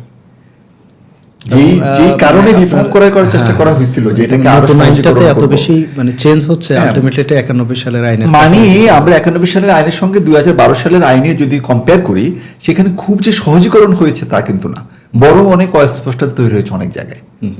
আমরা যে কারণে 2012-তে আইনটা করলাম, যে অনেকগুলো এসআরও হয়ে গেছে, অনেকগুলো জায়গায় আমাদেরকে কাটাছাড়া করতে হয়েছিল, এগুলোকে আমরা একটা ইনফর্ম করব, সেটাকে পেরেছি। এখনো ওই সেই একই রকম ভাবে এসআরও অর্ডার এগুলোর বিভিন্ন না, issue এখানে তে- কম্পারেটিভলি আপনার মানে ভ্যাট আইনের তুলনায় ট্যাক্সেরটা তাও কিছু ইনকাম কিছুটা, ট্যাক্সেরটা আমি যেন ভ্যাটাটাই বলছি, ট্যাক্সটা বলছি না, ভ্যাটার আইনটাকে আমি ফোকাস করছি, যে খুব বেশি সহজীকরণ হয়েছে তা কিন্তু না।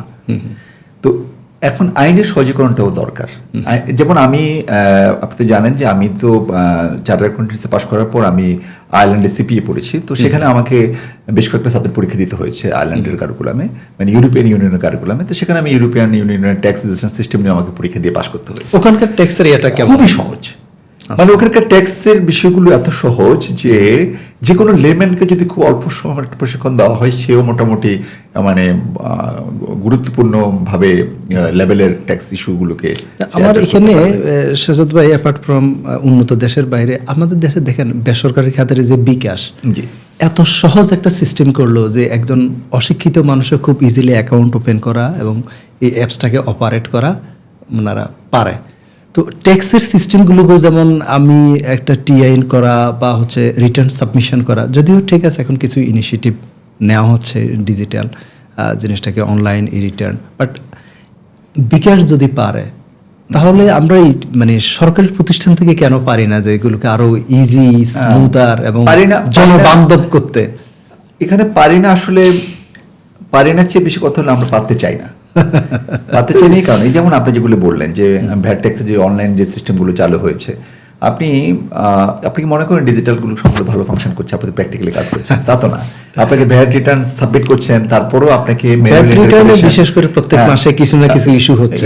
ওই তুলনায় তুলনামূলকভাবে ইনকাম ট্যাক্স রিটার্নটা কিছুটা টেকনিক্যালি এটা নাই, মানে ইনকাম ট্যাক্সের ইজি কতটুকু হচ্ছে সেটা ডিফারেন্ট, বাট টেকনিক্যালি এটা একটু কম হচ্ছে, ডিফিকাল্টিস কম। এরপর হলো ভ্যাট অথরিটি আপনাকে কোনো না কোনো বাধ্য করছে ম্যানুয়াল।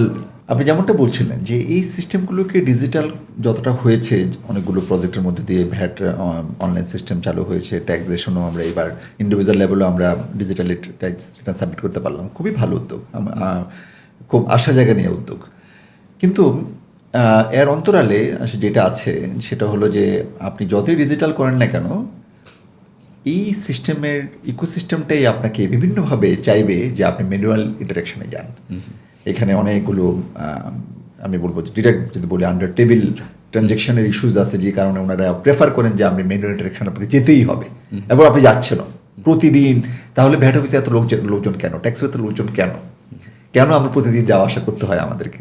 তার মানে আসলে ইকোসিস্টেম আমাদেরকে চায় না যে আমরা ডিজিটালি এটাকে ডেভেলপ করি।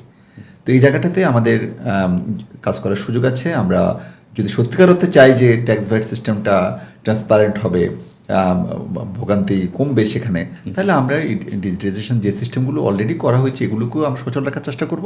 আর বাকি যেগুলো ডেভেলপমেন্ট করা এগুলো করার জন্য আমাদের এখন নিজস্ব সক্ষমতায় অনেক বেশি, চাইলেই আন্তরিক হলেই এটা সম্ভব।